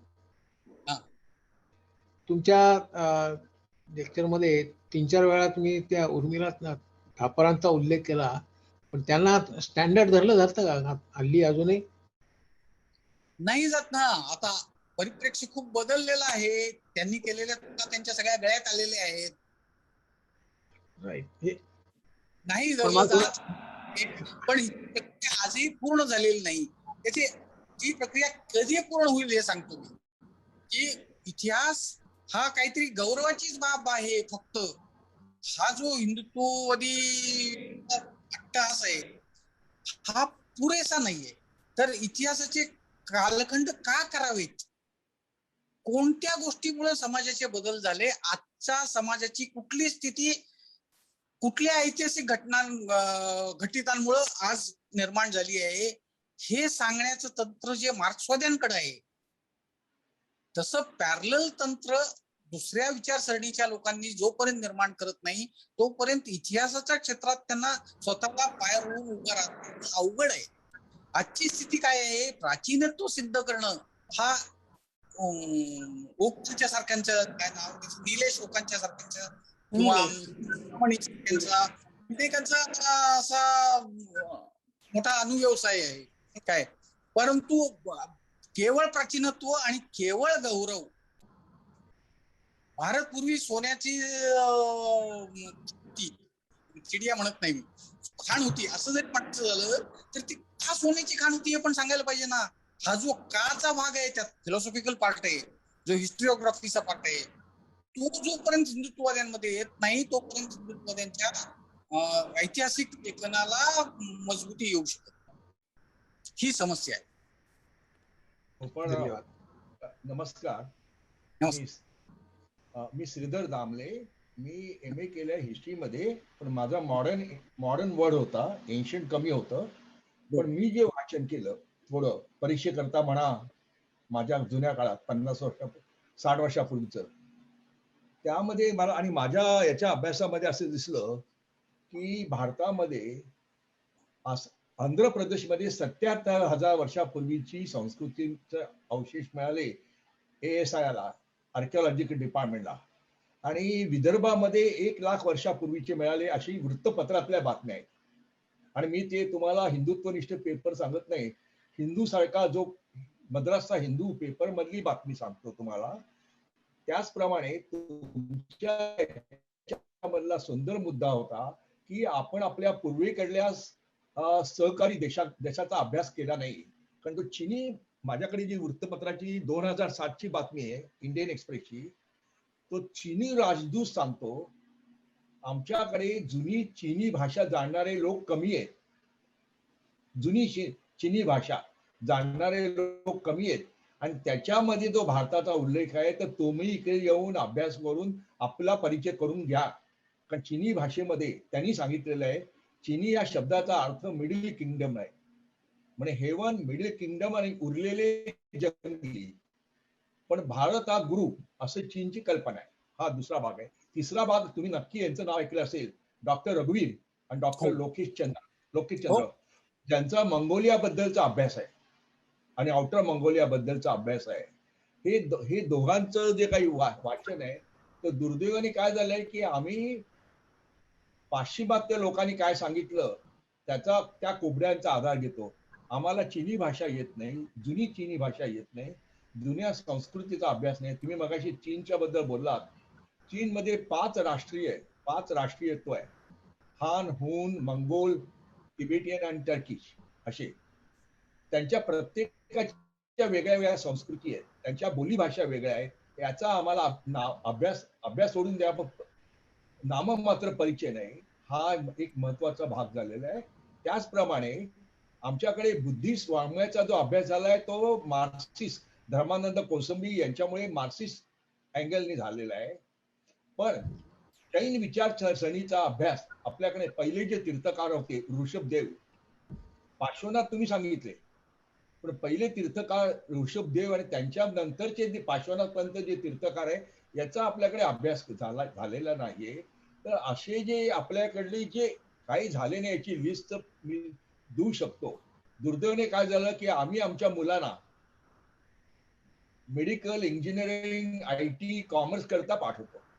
इतिहास विषय की भाषा विषय की अँथ्रोपॉलॉजी या विषयाकरता फक्त मुलींना लग्न जमेपर्यंत मी पाठवतो. पण आमचा हे बाकी हा विषयाचा अभ्यास हा होऊ शकत नाही. जसं जुनं मराठी, म्हणजे सुजाताताई महाजन सांगतील की जुनं मराठी समजणारे लोक कमी आहेत, तसे या जुन्या गोष्टी समजणारे लोक आपल्याकडे नाहीये. तर तुम्ही जे मगाशी बोललात की ते जे मार्क्सिस्ट आणि वेस्टर्न विचारसरणी आली त्याला काउंटर जी आली ती गौरवशाली मानणारा प्रभाव आहे.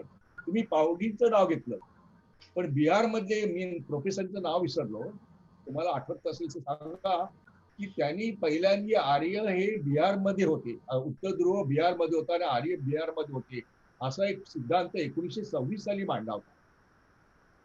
तर हा माझा महत्वाचा म्हणण्याचा मुद्दा आहे की या इतिहास कट्ट्या याच्यावर तुम्ही आलात, सुंदर व्याख्यान दिलं, आम्हाला पुष्कळ माहिती करून दिली, त्याच्याबद्दल तुम्हाला मनापासून धन्यवाद. म्हणजे माझी विचारसरणी अशी आहे की मिठाई खायची आहे ना तर हलवाईची दोस्ती करा. तुमच्यासारख्या व्यक्तीचा तुम्ही इतकं सुंदर भाषण दिलं त्याबद्दल मी अजून विद्यार्थीच आहे आणि या दृष्टीनं तुम्हाला धन्यवाद देतो. दामले सर, धन्यवाद. धन्यवाद एका विशेष गोष्टीसाठी की तुम्ही लोकेश चंद्रांचं नाव घेतलं. मी दिल्लीमध्ये होतो, मी डीडी न्यूज मध्ये होतो आणि तिथं बऱ्याच वेळेला मला 2-2, 3-3 दिवसाची सलग सुट्टी असायची आणि आजूबाजूला मोठी लायब्ररीज होत्या काय. तर या लायब्ररीचा वापर करत असतानाच मला यातल्या बहुतांश गोष्टी सुचल्या. सुदैवानं मी लोकेश चंद्रांच्या घरी गेलो. हाऊस खास मध्ये त्यांचं घर आहे आणि त्यांना 5 मिनिटं भेटण्यासाठी म्हणून मी गेलो होतो ऍक्च्युअली. परंतु मी तिथनं बाहेर पडलो तेव्हा 4 तास उठून गेलेले होते. आणि त्यांनी मला येताना दाईसाकू इकेदा यांच्यावरचं त्यांनी लिहिलेलं एक पुस्तक दिलं. आणि मला आधीपासून लोकेश चंद्रांच्या विषयी, रघुवीरांच्या विषयी माहिती होती, शंकाच नाही.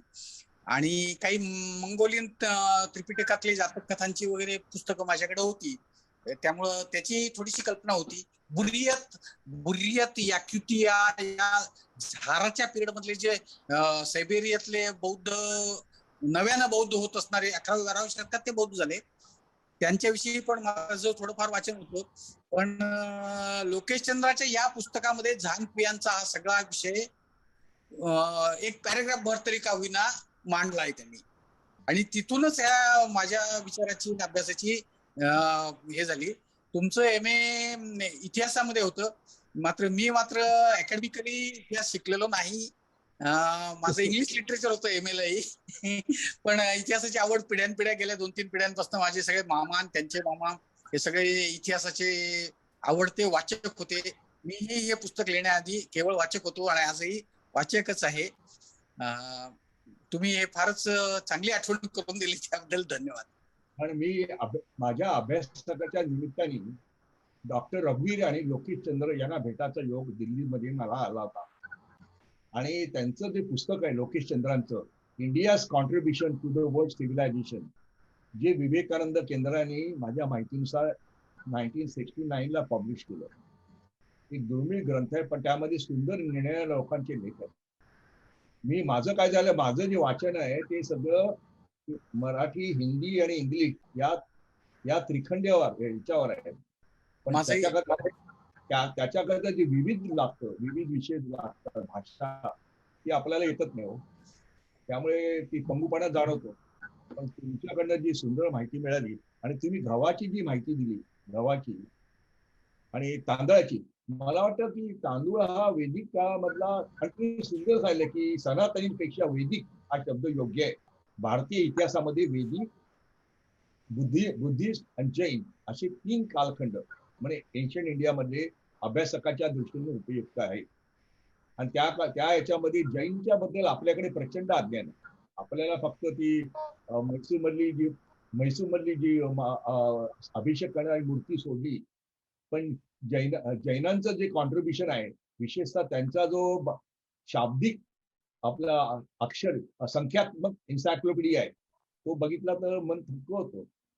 त्या विषयाबद्दल आपलं हे नाही, पण तुमचं व्याख्यान ऐकल्यानंतर बरं वाटलं की आम्ही नेहमीच श्रीखंड आणि जिलबी खाणाऱ्या लोकांना तुमच्याकडनं वेगळं रसमलाई खायला मिळाली, आनंदाची गोष्ट आहे. हा, धन्यवाद. तुम्ही ते 1 लाख वर्षापूर्वीचं वगैरे जे सांगितलं ते सांकलियांच्या जमान्यापासूनच अनेक प्रकारची उत्खननं आणि आपल्याकडे होमोसेपियन्स काही सापडतं काय शोधण्याचा प्रयोग वगैरे केला गेलेला आहे मोठ्या प्रमाणावर. आता ही प्रस्तर शिल्प वगैरे सापडतात आहेत, ती खूप जुनी आहेत.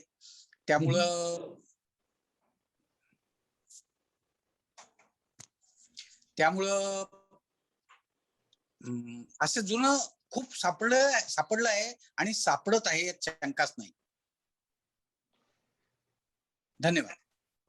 नमस्कार सर, मी माधव गोगोले. फार सुंदर तुमचं व्याख्यान झालं आज. सुंदर सगळी माहिती खूप चांगली मिळाली.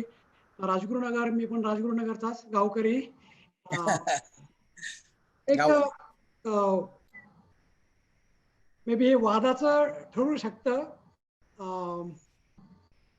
गौतम बुद्धांना आतापर्यंत आपण ऐकत आलो की 9वा अवतार दशावतारामधला, पण गेले 30-40 वर्षे त्यातनं त्यांचं नाव पूर्ण काढून टाकण्याची शक्यता आहे किंवा बऱ्याचशा ठिकाणी टाळलेलं पण आहे, याच्यावर तुमचं काय मत? नाही, ते काय आता असं आहे की एका धर्मानं एखाद्या व्यक्तीबद्दल काय करायचं हे तो धर्म ठरवणार ना. दुसऱ्या धर्मातले लोक ते ठरवू शकत नाही. आता पुराणांमध्ये जर का बुद्धाला नवा अवतार म्हटलं, तर पुराणाचे जे वाचक आहेत, हिंदू धर्मीय आहेत आणि कुणी आहेत, त्यांचा असा विश्वास असेल तर तो विश्वास तो तिथनं रेफरन्स कसा काढणार इतिहासातनं? बरोबरच नाही ते.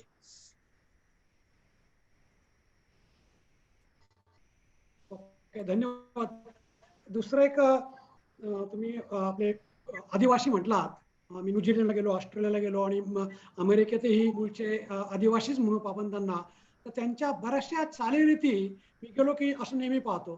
त्यांच्या चालीरीती आपल्या काही ठाकर, भिल्ल या ज्या जंगलातल्या लोकांना जर गेलात, त्यांच्या चालीरीती ऑस्ट्रेलिया, न्यूझीलंड, अमेरिकेतल्या इंडियन फार फार जवळच्या अगदी चालीरीती खूप खूप एकसारख्या आहेत. आणि विशेषतः म्हणजे आपल्या महाराष्ट्रातलं पहा, मुंबई नॉट मुंबई पण पुणे, सातारा, कोल्हापूर इथल्या ज्या तालमी आहेत, तालमी याच्यात असतात त्या आणि अरिझोना आणि नेवाडा ह्या राज्यातल्या ज्या तालमी आहेत त्या एकसारख्या आहेत. मला फार अगदी कौतुक वाटलं, अगदी अगदी हे वाटलं की फार कशा काय महत्त्वाचं. आहे. ह्या दोन गोष्टी मी सांगू इच्छितो. एक म्हणजे अमेरिकेतलं वेगळं आहे आणि न्यूझीलंड, ऑस्ट्रेलियातलं वेगळं आहे. ही पहिली गोष्ट. न्यूझीलंड, ऑस्ट्रेलियातलं जे आहे ते पॉलिनेशियन आहे. प्रोटो ऑस्ट्रेलाइट ज्यांना म्हणतात, मुंडा कुलारियन. ऑस्ट्रेलियामध्ये 1700 भाषा होत्या आणि त्या सगळ्या युरोपियन लोकांनी जाऊन नाहीशा केलेल्या आहेत. पण त्या भाषा या आपल्या संथाळ परगणातल्या ज्या भाषा आहेत त्यांच्याच बहिणी होत्या आणि त्यातले सगळे शब्द या भाषांमध्ये संथाळ परगणातल्या भाषांची आहेत. आता हे गोंडवाना म्हणून जे जिओलॉजिकल पिरियड होता, ज्या पिरियडमध्ये भारताची प्लेट आणि ऑस्ट्रेलियाची प्लेट एकत्र होती, इतकं जुनं आहे की काय कोणाला हे माहित नाही. पण तुलनेनं अलीकडचं 12-1 हजार वर्षापूर्वी शेवटच्या हे हिमयुगात हा जो मी अल्ताई प्रदेश म्हणून सांगतो, तो म्हणजे मंगोलियाचा पश्चिमेचा भाग आणि कझाकिस्तानचा पूर्वेचा भाग, या प्रदेशातलेच लोक बेरिंग स्ट्रीट ओलांडून अमेरिकेत गेले 10 ते 12 हजार वर्षापूर्वी. ही गोष्ट आता जेनेटिकली पूर्णपणे सिद्ध झालेली आहे. पूर्णपणे सिद्ध झालेली गोष्ट आहे की हे अल्ताई प्रदेशातले सायबेरियन लोक जे आहेत, हेच लोक 10 ते 12 हजार वर्षापूर्वी अमेरिकेत गेलेले आहेत. अमेरिकनचं रक्त आणि म्हणजे डिस्कव्हरीवरती काही हे आहे डॉक्युमेंटरीज, अमेरिकन नेटिव्हचं ब्लड चेक करण्यासाठी तो माणूस मंगोलियात येतो आणि त्या एक पर्टिक्युलर माणसाला शोधून काढतो, त्याच्याशी त्याचं 100% रक्त जुळतं.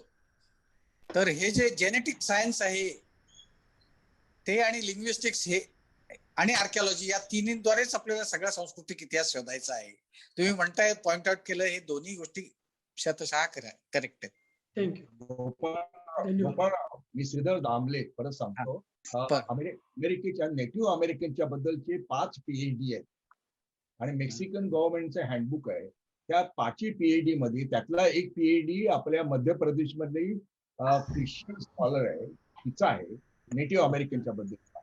आणि त्या 5 PhDचं म्हणणं आहे की 5000 वर्षापूर्वी भारतातनं अमेरिकेत नेटिव्ह अमेरिकन आले आणि या विषयाबद्दल टिळकांच्या आर्टिकल आणि वेदांमध्ये पण त्यांनी भीत शब्द लिहिला की 84,000 वर्षापूर्वी जो काही भूकंप झाला आणि त्यावेळेला दक्षिण भारत, ऑस्ट्रेलिया, आफ्रिका ही तिन्ही भाग एकत्र होते आणि ते वेगळे वेगळे झाले आणि दक्षिण भारत सरकत तो भारताला आला आणि मग हिमालय निर्माण झाला, असं त्यांनी रशियन आणि अमेरिकन स्कॉलरचं 84,000 वर्षापूर्वी त्यांचं मत आहे. आता हे 84,000, 1,00,000 वर्ष, 60,000 वर्ष कसे शोधून काढतात हे मला माहिती नाही.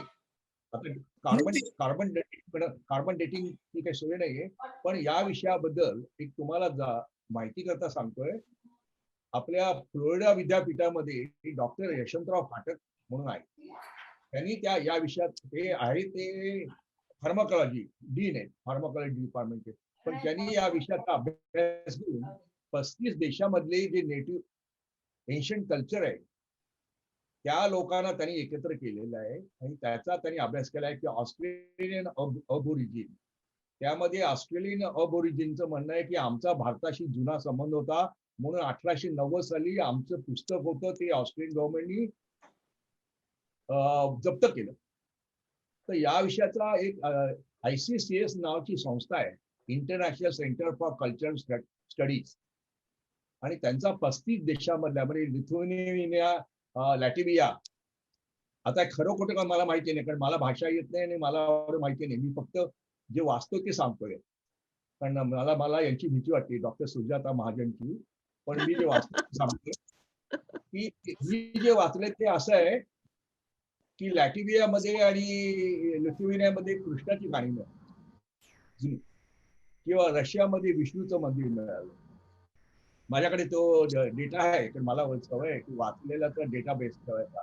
तर या विषयाचा मला असं वाटतं की विस्तीर्ण अभ्यास होणं, ICCS म्हणून संस्था आहे, त्याचं होणं अत्यंत आवश्यक आहे. भाषिक दृष्ट्या, सांस्कृतिक दृष्ट्या, ऐतिहासिक पुराव्या दृष्ट्या त्याचा अभ्यास होणं फार आवश्यक आहे. आम्ही दुर्दैवानी वेस्टर्न पाश्चिमात्य लोक काय लिहितात याच्यावर अवलंबून बसलो होतो. आम्ही आमचा स्वतःचा शोध करण्याचा प्रयत्न केला नाही. डॉक्टर कोसंबीनी प्रयत्न केला, पण तो मार्क्सिस्ट दृष्टीने केला. तर या दृष्टीने आता काही नवीन उपक्रम होत असतील तर चांगली गोष्ट आहे. नाही, हे जिओलॉजिकल पिरियड जिओलॉजीच्या टेक्स्टबुकांमध्ये वगैरे सगळंच आहे, पण ते 84,000 इतकं अलीकडचं नक्कीच नाही. ते अनेको लाख वर्षे इतकं जुनं असावं काय. हा, बरोबर आहे, बरोबर. आणि दुसरी गोष्ट म्हणजे टिळकांच्या पिरियडमध्ये ही सगळी सायन्सेस काय स्टेजला होती, टिळकांचं त्यांच्या स्वतःच्या इन्फॉर्मेशन वर्ल्डचं अपडेशन किती पत होतं, कारण ते अंदमानला वगैरे ह्याला अंदमानला म्हणतो ह्याला रंगून वगैरे होते, मंडालेत होते, त्यामुळं बाकीच्या जगाशी काही जुनी पुस्तकं कलेक्ट करणं, एवढाच संपर्क अनेक वर्ष त्यांचा राहिला, ह्या समस्या होत्या. आणि जुन्या जमान्यात एवढं इंटरनॅशनली एका देशातनं दुसऱ्या देशात भाषेची आणि प्रदेशाची बंधनं ओलांडून माहिती मिळणं सहज शक्य नसायचं, त्यामुळं असेल कदाचित. पण ते अन्यथा ते फार अपडेटेड आहेत. त्यांनी जे पुस्तक लिहिले, जी पुस्तकं लिहिली, त्यात जे रेफरन्सेस दिले आहेत ते त्यांच्या काळाला अगदी जवळचे आहेत. जसे युरोपातले सगळे रेफरन्सेस आहेत, त्यांचं स्वतःचंही कॉन्टॅक्ट होते. त्यांना त्यांची सुटका होण्यात वगैरे मॅक्स मुलर वगैरे या मंडळींनी भाग घेतला होता. तो पत्रव्यवहार पण उपलब्ध आहे. त्यामुळं जगातल्या स्कॉलरशिपशी त्यांचा डायरेक्ट संबंध होता, ही गोष्ट खरीच आहे. त्यांचं वाचन होतं रशियन आणि जे अमेरिकन त्या काळातलं, त्यांना त्यांच्या वेळेला मोहनजोदारो हरप्पाचा शोध नव्हता, तो आपण समजू शकतो, पण त्यांचं जे वाचन होतं आणि अभ्यास वाचन होतं, नुसतं सोशल मीडिया की विकिपीडिया स्कॉलर नव्हते ते. नाही, सगळी चांगलीच असतात असं माझं म्हणणं.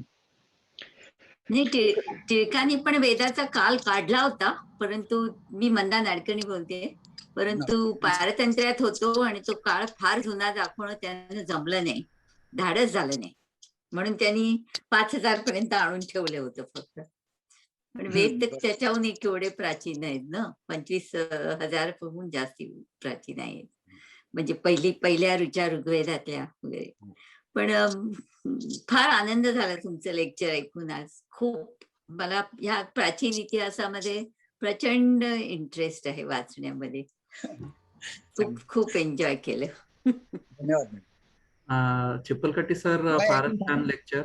आता प्रणील वैद्य, त्यांना एक प्रश्न आहे, ऐकूयात आपण. हा, चिपलकट्टीजी, व्याख्यान सुंदर झालं. एस्पेशली तिबेटो बर्मीज मायग्रेशनचं कनेक्शन बौद्ध वाङ्मयाशी आपण लावलं, ते फार नवीन दृष्टिकोन होता, ऍटलिस्ट माझ्यासाठी तरी. एक प्रश्न मला असा होता की अराउंड 4,000 वर्षापूर्वी, म्हणजे 2000 BC मध्ये किंवा त्याच्यात थोडा अलीकडे आपल्याकडे राईस फार्मर्सचं मायग्रेशन झालं असं समजलं जातं, किंवा DNA टेस्टिंग प्रमाणे अराउंड 5% जे DNA ईस्टर्न साऊथ ईस्टर्न एशियाचा, म्हणजे तुम्ही जसं म्हटलं तसा आला, तो अप्रॉक्सिमेटली त्याच वेळी आला असं म्हटलं जातं. तर बौद्ध वाङ्मयामध्ये या डेट्स मॅच होतात का? म्हणजे तिथे अशा काही रेफरन्सेस आहेत का की जे दाखवतात, म्हणजे आपण आज जो भारतामधला तांदूळ खातो, जो वाईल्ड तांदूळ नाहीये, म्हणजे जो 10,000 वर्षापूर्वीचा तो नाहीये, ती जी एक स्पेसिफिक जात आहे जी तिबेटो बर्मीज मायग्रेशन बरोबर भारतामध्ये पोहोचली, ती जी जात आहे ती आणि डीएनए हे दोन गोष्टी कन्फर्म करतात की मायग्रेशन सुरू झालेलं आहे. तर बौद्ध वाङ्मयामध्ये कुठेतरी त्याचे पडसाद उमटले असतील असं एक माझा एक गेस आहे तुमच्या व्याख्यानावरनं. तर असं तुम्हाला कुठे दिसलेलं आहे का कुठे? नाही, बौद्ध वाङ्मयामध्ये अशा प्रकारचं तर मला काही सापडलेलं नाही, पण जारेज डायमंड आणि दुसरी गोष्ट म्हणजे हा ग्रस्त डोरियन फुलर आणि जारेड डायमंड यांनी या संदर्भातली बरीच मांडणी केली आणि अपडेटिंग पण केलंय, कंटिन्युअसली अपडेटिंग केलंय. आणि आता तर काय झालंय की गंगा यमुनेच्या दोआबात देखील राईस सापडला आहे 8,000 वर्षापूर्वीचा वगैरे, 6,000 BC वगैरे असं डेटिंग आहे त्याचं.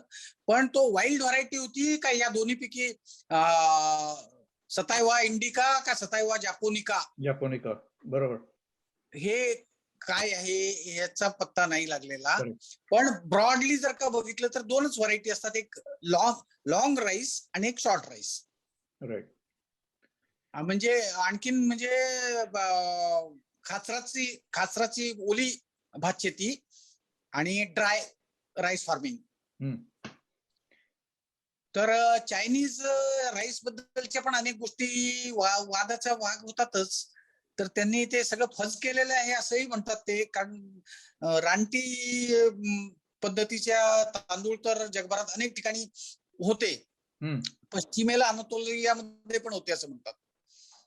पण एक गोष्ट खरी आहे की इंडो युरोपियन भाषांमध्ये राईसला शब्द नाहीये. प्रोटो ऑस्ट्रेलाइड या मुंडा लोकांच्या भाषांमध्ये राईसचे सगळे जे व्रीही वगैरे जे काही शब्द आहेत हे सगळेच उत्तरकालीन आहेत किंवा फॉरवर्ड आहेत. आणि त्याचा दुसरा एक भाग असा आहे, माहित नाही हाऊ यू टेक दिस, पण मला असं वाटतं की हे पण पहिल्यांदा मायकेल विट्झलने पॉइंट आउट केलेलं आहे. बरं, हे ऍटलिस्ट डीएनए जेनॉमिक्स आणि मायग्रेशन हा पुरावा तरी बऱ्यापैकी आहे, पण त्याचा जो भाषाशास्त्राशी आणि वाङ्मयाशी आपण जो संबंध लावलेला आहे तो फार महत्वाचा आहे. म्हणजे ऍटलिस्ट बौद्ध वाङ्मयाशी किंवा शक किंवा मगधांचं जे राज्य होतं त्यांचा टेंगडू शिचवान यांच्याशी जो संबंध आहे तो ऍटलिस्ट आतापर्यंत तरी मी कधी ऐकला नव्हता. हा फार मला भाषणामध्ये ऐन वेळेला सुचलं नाही, सांगितलं नाही, मी आता सांगतो 2 मिनिटांमध्ये. तो आणखी एक महत्वाचा म्हणजे मी बौद्ध धर्माचे 2 महत्वाचे भाग पडतात, एक हीनयानी आणि महायानी. तर ताओ आणि कन्फ्युशियस ह्यांच्याशी त्यांची तत्वज्ञान कशी मिळती जुळती आहेत हे पण दाखवायचा मी प्रयत्न केलाय. त्यामध्ये काय आहे, आपल्याकडं सगळ्याच वेस्टर्न स्कॉलर्स धर्मानंद कोसंबी वगैरे सगळेच मानतात की हीनयानी हेच जुने आहेत म्हणून. पण मी या गोष्टीवर जास्त विश्वास ठेवत नाही. मला असं वाटतं ख्रिश्चन अलेक्स वेमन वगैरे या लोकांनी जे काही ख्रिश्चन थिओलॉजिस्ट आहेत मॉडर्न, त्यातले काही शिकागोत पण आहेत काय, तर त्या लोकांनी या गोष्टीचा जो विचार केला आहे तो जास्त शास्त्रीय आहे. त्यांचा दृष्टिकोन पूर्वग्रहित असू शकतो पण त्याचा अभ्यास टाळता येणार नाही. तो अभ्यास असा आहे की हे जेव्हा त्रिपिटक वगैरे लिहिली गेली ही खाली श्रीलंकेत लिहिली गेली आणि ती इसवी सनाच्या 1ल्या शतकापासून 5व्या शतकात लिहिली गेली आणि ती क्लोजर लावून, म्हणजे आता ह्याच्यावर मल्लिनाथी करणारा दुसरं काही लिहायचं नाही, त्याचं एक स्टँडर्डायझेशन करून त्याची प्रत्येक सूत्राला सुरुवात कशी लिहायची वगैरे याचं स्टँडर्डायझेशन करून लिहिलेलं आहे. हे उत्तरकालीन आहे. म्हणजे हा मराठी सारखा प्रश्न झाला. मराठीमध्ये देखील विवेक सिंधू जुनं असूनही ज्ञानेश्वरीला प्राचीनता मिळते कारण विवेक सिंधूच्या नंतरच्या कॉपीज करप्ट आहेत. तसं महायानांचं जे नेपाळमध्ये सापडलेलं लिटरेचर आहे ते वैपुल्य ग्रंथ म्हणून लिटरेचर आहे. ते 10 ग्रंथ आहेत, ज्याच्यात जगातला सगळ्यात पॉप्युलर ग्रंथ सद्धर्म पुंडरीक लोटस सुत्ता हे पण त्याचा पार्ट आहे. तर ही ग्रंथ जास्त करप्ट असल्यामुळे किंवा तशीच शिकवण होती काय, म्हणजे मी या गोष्टीचा आधारण आहे की मिक्स बॅग होतं बुद्धाचं टीचिंग. हेही बुद्धाच्या टीचिंग मध्ये सगळ्या मार्क्सवादी मंडळींना आणि थेरवादी मंडळींना आवडणारे जे घटक आहेत ते नव्हते असं मी बिलकुल म्हणत नाही, ते होतेच. पण त्याचबरोबर महायानी एलिमेंट्स हे बुद्धापासूनच आलेले आहेत, ते काय नंतर आलेले आहेत या गोष्टीवर माझा विश्वास नाही.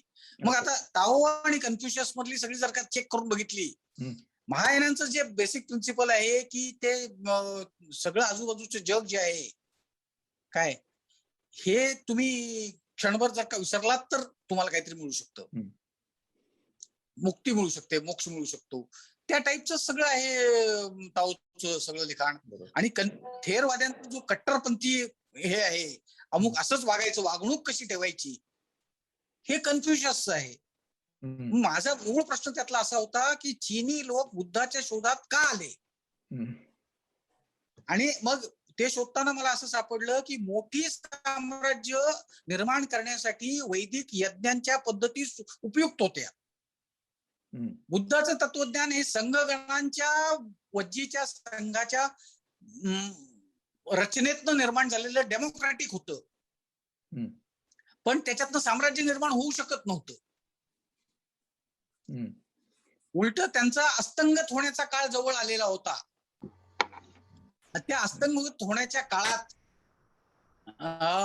बुद्धानं संघगणाचं तत्वज्ञान आपल्या धार्मिक संघाला लावलं.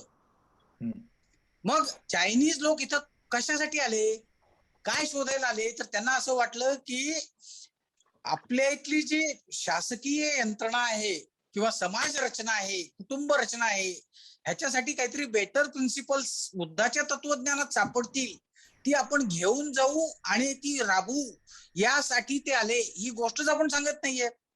आणि ह्याला पुरावे आहेतच की इथले जे लोक चायनामध्ये गेले, बुद्धिस्ट स्कॉलर्स गेले, त्यांना किती आदराची वागणूक होती, त्यांना मंत्री केलं गेलं, सेनापती केलं गेलं, सगळ्याच प्रचंड गोष्टी आहेत त्या. बरोबर. याचबरोबर त्या बौद्ध वाङ्मयामध्ये कुठे तुम्हाला मायग्रेशन्सचे चिन्ह सापडतात का? म्हणजे 500 ते 0 इसवी सन पूर्व आणि किंवा 1000 ते 2000 इसवी सन पूर्व त्या काळामध्ये मायग्रेशन चालू होती आणि त्याच वेळी हे राईस फार्मर्स किंवा तिकडनं हे शक किंवा मगधामध्ये पोहोचले वगैरे असं काही इंडिकेशन्स आहेत का बुद्धाच्या आधी? नाही, अशी इंडिकेशन मला सापडली नाही. मला जे प्राचीनतम सापडलं त्याचं स्वरूप असं आहे की पूर्व कुरु अशा पद्धतीची 4-5 नावं जुन्या जैन ग्रंथांमध्ये सापडतात. म्हणजे उत्तर कुरु आणि पूर्व कुरु. तर हिमालयाच्या पलीकडे कुठेतरी कुरु होतं, ही ती आठवण सांगणारी गोष्ट आहे. अच्छा. मग हे मगध राज्य हे जेनेटिकली आणि कल्चरली चेंगडू सिचुआनला जवळ होतं असं म्हणता येईल का? हो ना, मी जेनेटिकली माहित नाही मला, कल्चरली नक्कीच होतं. जेनेटिकली सापडायचंय, पण त्यात जेनेटिक्सचा, प्राचीन जेनेटिक्सचा सध्याचा मला महत्वाचा प्रॉब्लेम काय वाटतो की ते प्रांत वाईज जात नाहीत, ते कुठल्या तरी जाती घेऊन जातात किंवा इंडिया एज सच असं स्टडीज मिळतात. तर मला बिहार आणि पूर्व युपी इथले जेनेटिक स्टडीज पाहिजे, तर ते नाहीत उपलब्ध. आणि दुसरी गोष्ट म्हणजे की पण थोडस जेनेटिक्स नाही म्हणणार मी, पण एक साधी गोष्ट सांगतो तुम्हाला. कालच्या पेपरमध्ये टाइम्स ऑफ इंडियानं कुठून तरी सगळी माहिती शोधून एज्युकेशनल सिस्टीम मध्ये ओबीसीची संख्या किती आहे ह्याची बार डायग्राम्स देऊन सगळं दिलेलं आहे. ते जर का बघितलं तर पश्चिमेला ओबीसी म्हणजे ज्यांना शूद्र म्हणायचे, पश्चिमेला त्यांची संख्या खूप कमी दिसते, पूर्वेला प्रचंड आहे.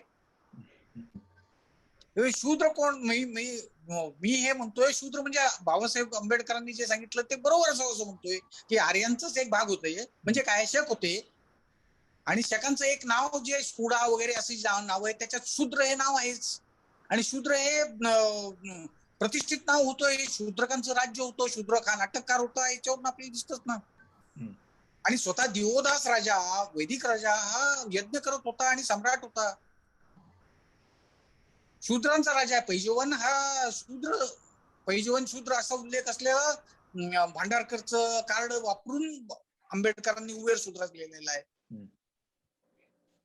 सरप्राइझिंग आहे. म्हणजे राष्ट्रीय लेवलचे एवढं मोठं नेतृत्व आणि इतिहासातल्या इतक्या बारीक गोष्टीसाठी 1942च्या या रणधुमाळीमध्ये आंबेडकर जाऊन भांडारकर रिसर्च इन्स्टिट्यूट मध्ये अप्रकाशित कार्ड्स वापरून ते पुस्तक लिहितात.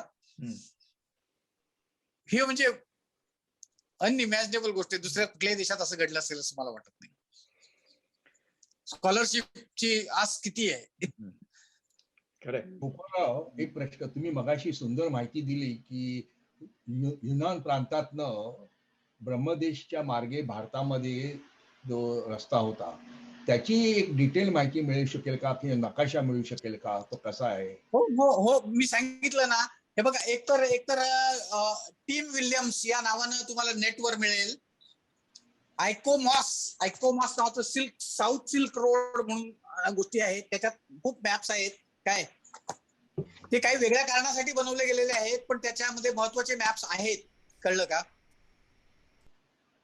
हे बघा, असे मॅप आहेत. हे बघा काय. दुसरी गोष्ट अशी की माझ्या पुस्तकामध्ये पण मी बहुतेक सगळ्या नॉर्थ ईस्टर्नच्या लोकांनी जे अभ्यास केलेले आहेत त्या अभ्यासांचं म्हणजे आसाम मधनं जाणारे 7 मार्ग किंवा ते सगळेच मार्ग जे स्टील वेल रोड, लेडर रोड यांची माहिती दिलेली आहे. काय आणि नाना प्रकारचे मार्ग होते. एवढंच की मध्ये ट्राईब्स होत्या, त्या ट्राईब्स हस्तोपर्यंतच व्हायचं ते जे काही ट्रान्झॅक्शन व्हायचं. डायरेक्टली असं ग्रँट रोड काढून असं लोक गेले असं प्रकार नसायचा. ही माहिती आहे आणि मी तुम्हाला शेअर करेन. तुम्ही मला, आणि माझं पुस्तक नेटवर उपलब्ध आहे. सदानंद पब्लिकेशननं आता त्याचं ई बुक पण काढलेलं आहे आणि ह्याच्यावर आहे, काय म्हणतात त्याला, अमेझॉनवर आहे. अवश्य अमेझॉनवर ई बुक पण आहे होते. पण बुक गंगावरती ई बुक तर आहेच नक्की, कारण तुमच्या माझ्यामध्ये डिस्टन्स आहे म्हणून. Otherwise I would have been happy to give you a hand over a copy to you. एक सजेशन आपलं चाललं होतं पाठीमागं की ईस्ट 7 राज्य आहेत ईस्ट कडली, त्याची माहिती कोणाला जर असेल तर त्याचं आपण एक लेक्चर पाठीमागे चाललं होतं. आपण त्यांना विचारलं होतं आणि यांचा तर फार सुंदर अभ्यास दिसतो त्याचा. मे बी आपण जर वाटलं वेळ मिळाला तर मग ते जर तयार असतील तर त्यांचं एक लेक्चर ठेवण्यात काय हरकत नाही. हो हो. You are talking about Mizoram आणि ते एरिया का सगळे मणिपूर हा 7 सिस्टर्स म्हणतात ते. Okay, we would be interested to. नाही, एक ग्रस्त आहेत, मंजिल हजारिका असं त्यांचं नाव आहे. मंजिल हजारिका. हे आसामचे आहेत ओरिजिनली. आता ते मला एक्झॅक्टली शहराचं नाव माहित नाही, पण अमेरिकेतल्या कुठल्या तरी विद्यापीठात आहेत. तर ते प्राचीन नॉर्थ ईस्टच्या प्राचीन इतिहासातले फारच महत्वाचं व्यक्तिमत्व आहे. यंग माणूस आहे तसा, पण खूप काम केलेलं आहे त्यांनी. ऍज अ रिसोर्स पर्सन तो तुम्हाला जर का उपलब्ध झाला तर तुम्हाला या विषयातल्या इंटरेस्टसाठी. फक्त भाषेचा प्रॉब्लेम आहे, मराठी असणार नाही. पण ते 7 राज्य म्यानमारला अत्यंत क्लोज आहे संबंध. हो हो हो. या, धन्यवाद. इंटरेस्टिंग सेशन झाला. हो नक्कीच. मलाही खूप आवडलं. किती छान छान प्रश्न विचारले. खूप माहितगार लोक आहात तुम्ही सगळेच. मी ऍक्च्युली कालच तुम्हाला फोनवर म्हणालो होतो ना की म्हणजे लेक्चरच्या अगदी तोडीचा आपल्याकडे प्रश्नोत्तराचे पण. मला ह्याची कल्पना फारशी नव्हती. फार बरं झालं. नाही तर मला जितकं बोलता आलं तितकं ते बोलता आलं असतं की नाही मला शंका आहे. रोमिला थापांना संस्कृत येत होतं ना, अरेबिक येत होतं ना, पर्शियन येत होतं, पण तरी देखील त्या हिस्टोरियन म्हणून गाजल्या. हे कौतुक आहे. नाही, ते शक्य आहे. त्याची काही अट आहे. हिस्टोरियन होण्यासाठी ते काही पूर्व अट आहे असं मला वाटत नाही. काय तो मुद्दा असा आहे की चुकीच्या गोष्टी. आता शाकुंतलवरचं त्यांचं पुस्तक आहे, मला ते पुस्तक पाहून इतकं खराब वाटलं की ते एक तर त्या पुस्तकाचा 2/3 भाग हे ऑलरेडी 50 वर्षापूर्वी कुणीतरी केलेलं भाषांतर आहे तसं छापलेलं आहे. आता त्याच्यावरचे 4 कॉमेंट्स जे आहेत तेवढ्या पुरतच त्यांचं लिखाण मर्यादित आहे असं असून एवढं मोठं पुस्तक ते प्रकाशित करतात. म्हणजे आता शाकुंतल वरती काही वाचायचं तर रोमिलाचंच पुस्तक वाचायचं अशी परिस्थिती येऊन ठेपते. ही गोष्ट बरोबर नाही असं मला वाटतं. माझ्या माहितीनुसार 20 वर्षापूर्वी त्या शिकागो विद्यापीठात आल्या होत्या आणि त्यांचं व्याख्यान होतं आणि त्यांनी सांगितलं मोहम्मद गझनीनी 18 वेळा सोमनाथवर हल्ला का केला. याचं ते व्याख्यान देताना त्यांनी बोलताना सांगितलं की मक्केमध्ये 365 मूर्ती होत्या, त्या मोहम्मद पैगंबरांनी 364 फोडल्या. त्यातली एक देवताची मूर्ती ती पळवली गेली आणि ती सोमनाथला आली आणि ती तोडण्याकरता मोहम्मद गझनी 18 वेळा आला. तेव्हा मी त्यांना भेटल्यानंतर आमच्या शिकागो विद्यापीठामधले जे प्रोफेसर होते ते चतुर असतात हो. त्यांनी ओळख करून देताना, कारण आम्ही संघावर पुस्तक लिहिल्यामुळे त्यांनी संघाचं नाव काढलं तर बाई बिथरल्या होत्या. म्हणजे बैलापुढे लाल चिंधी दाखवावी तसे त्या होत्या. मी म्हटलं तुमचं व्याख्यान छान झालं, थँक्यू. आपल्या भारतीय उर्मटपणात उल्लेख होतो. मी म्हटलं मला तुम्हाला प्रश्न आहे, व्हॉट्स. म्हटलं तुम्ही जे सांगितलं की एक मूर्ती ती भारतात आली, तुम्हाला असं वाटत नाही की आता तुम्ही हे सांगितल्यामुळे व्हीएचपी वाल्यांना आता नुसतं अयोध्येचा नाही तर मक्कीचा पण दावा करतील. मला म्हणाले हा माझा काय इंटरेस्ट नव्हता. मी रोमिलांचं मुंबई विद्यापीठामध्ये राजाबाई टावरच्या हॉलमध्ये मोठ्या सोमनाथवरचं भाषण ऐकलं आहे आणि त्यामध्ये असं आहे की मनात अल उज्जा वगैरे हे ज्या मोहम्मद पूर्व देवता होत्या त्यामध्ये मनात नावाची देवता होती काय, आणि सोमनाथ असं काही मंदिर असल्याचे उल्लेखच नाही असं ते भाषण होतं तिचं. ते आठवतं मला काय, अशी मांडणी होती. मनातशी त्याचा संबंध आहे असं तो, म्हणजे he was under the impression की आपण मनातची मूर्ती तोडतो.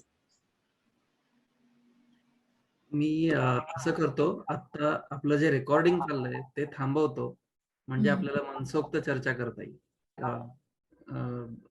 चिपलकट्टी सर, तुमचे खूप खूप आभार. तुम्ही इतकं सुंदर व्याख्यान महाराष्ट्र मंडळ शिकागो साठी घेऊन आलात. इतिहास मंचाचे सभासद आपले सगळे एकदम आनंदी आहेत. आपण एखादी छान पुढे मालिका करूयात आपण तुमच्या बरोबर पण. तुम्हाला जर वेळ मिळाला आणि आम्हाला तुम्ही तसा देऊ शकलात तर मला आवडेलच, त्यात काही शंकाच नाही. थँक्यू. मी आता हा बोला.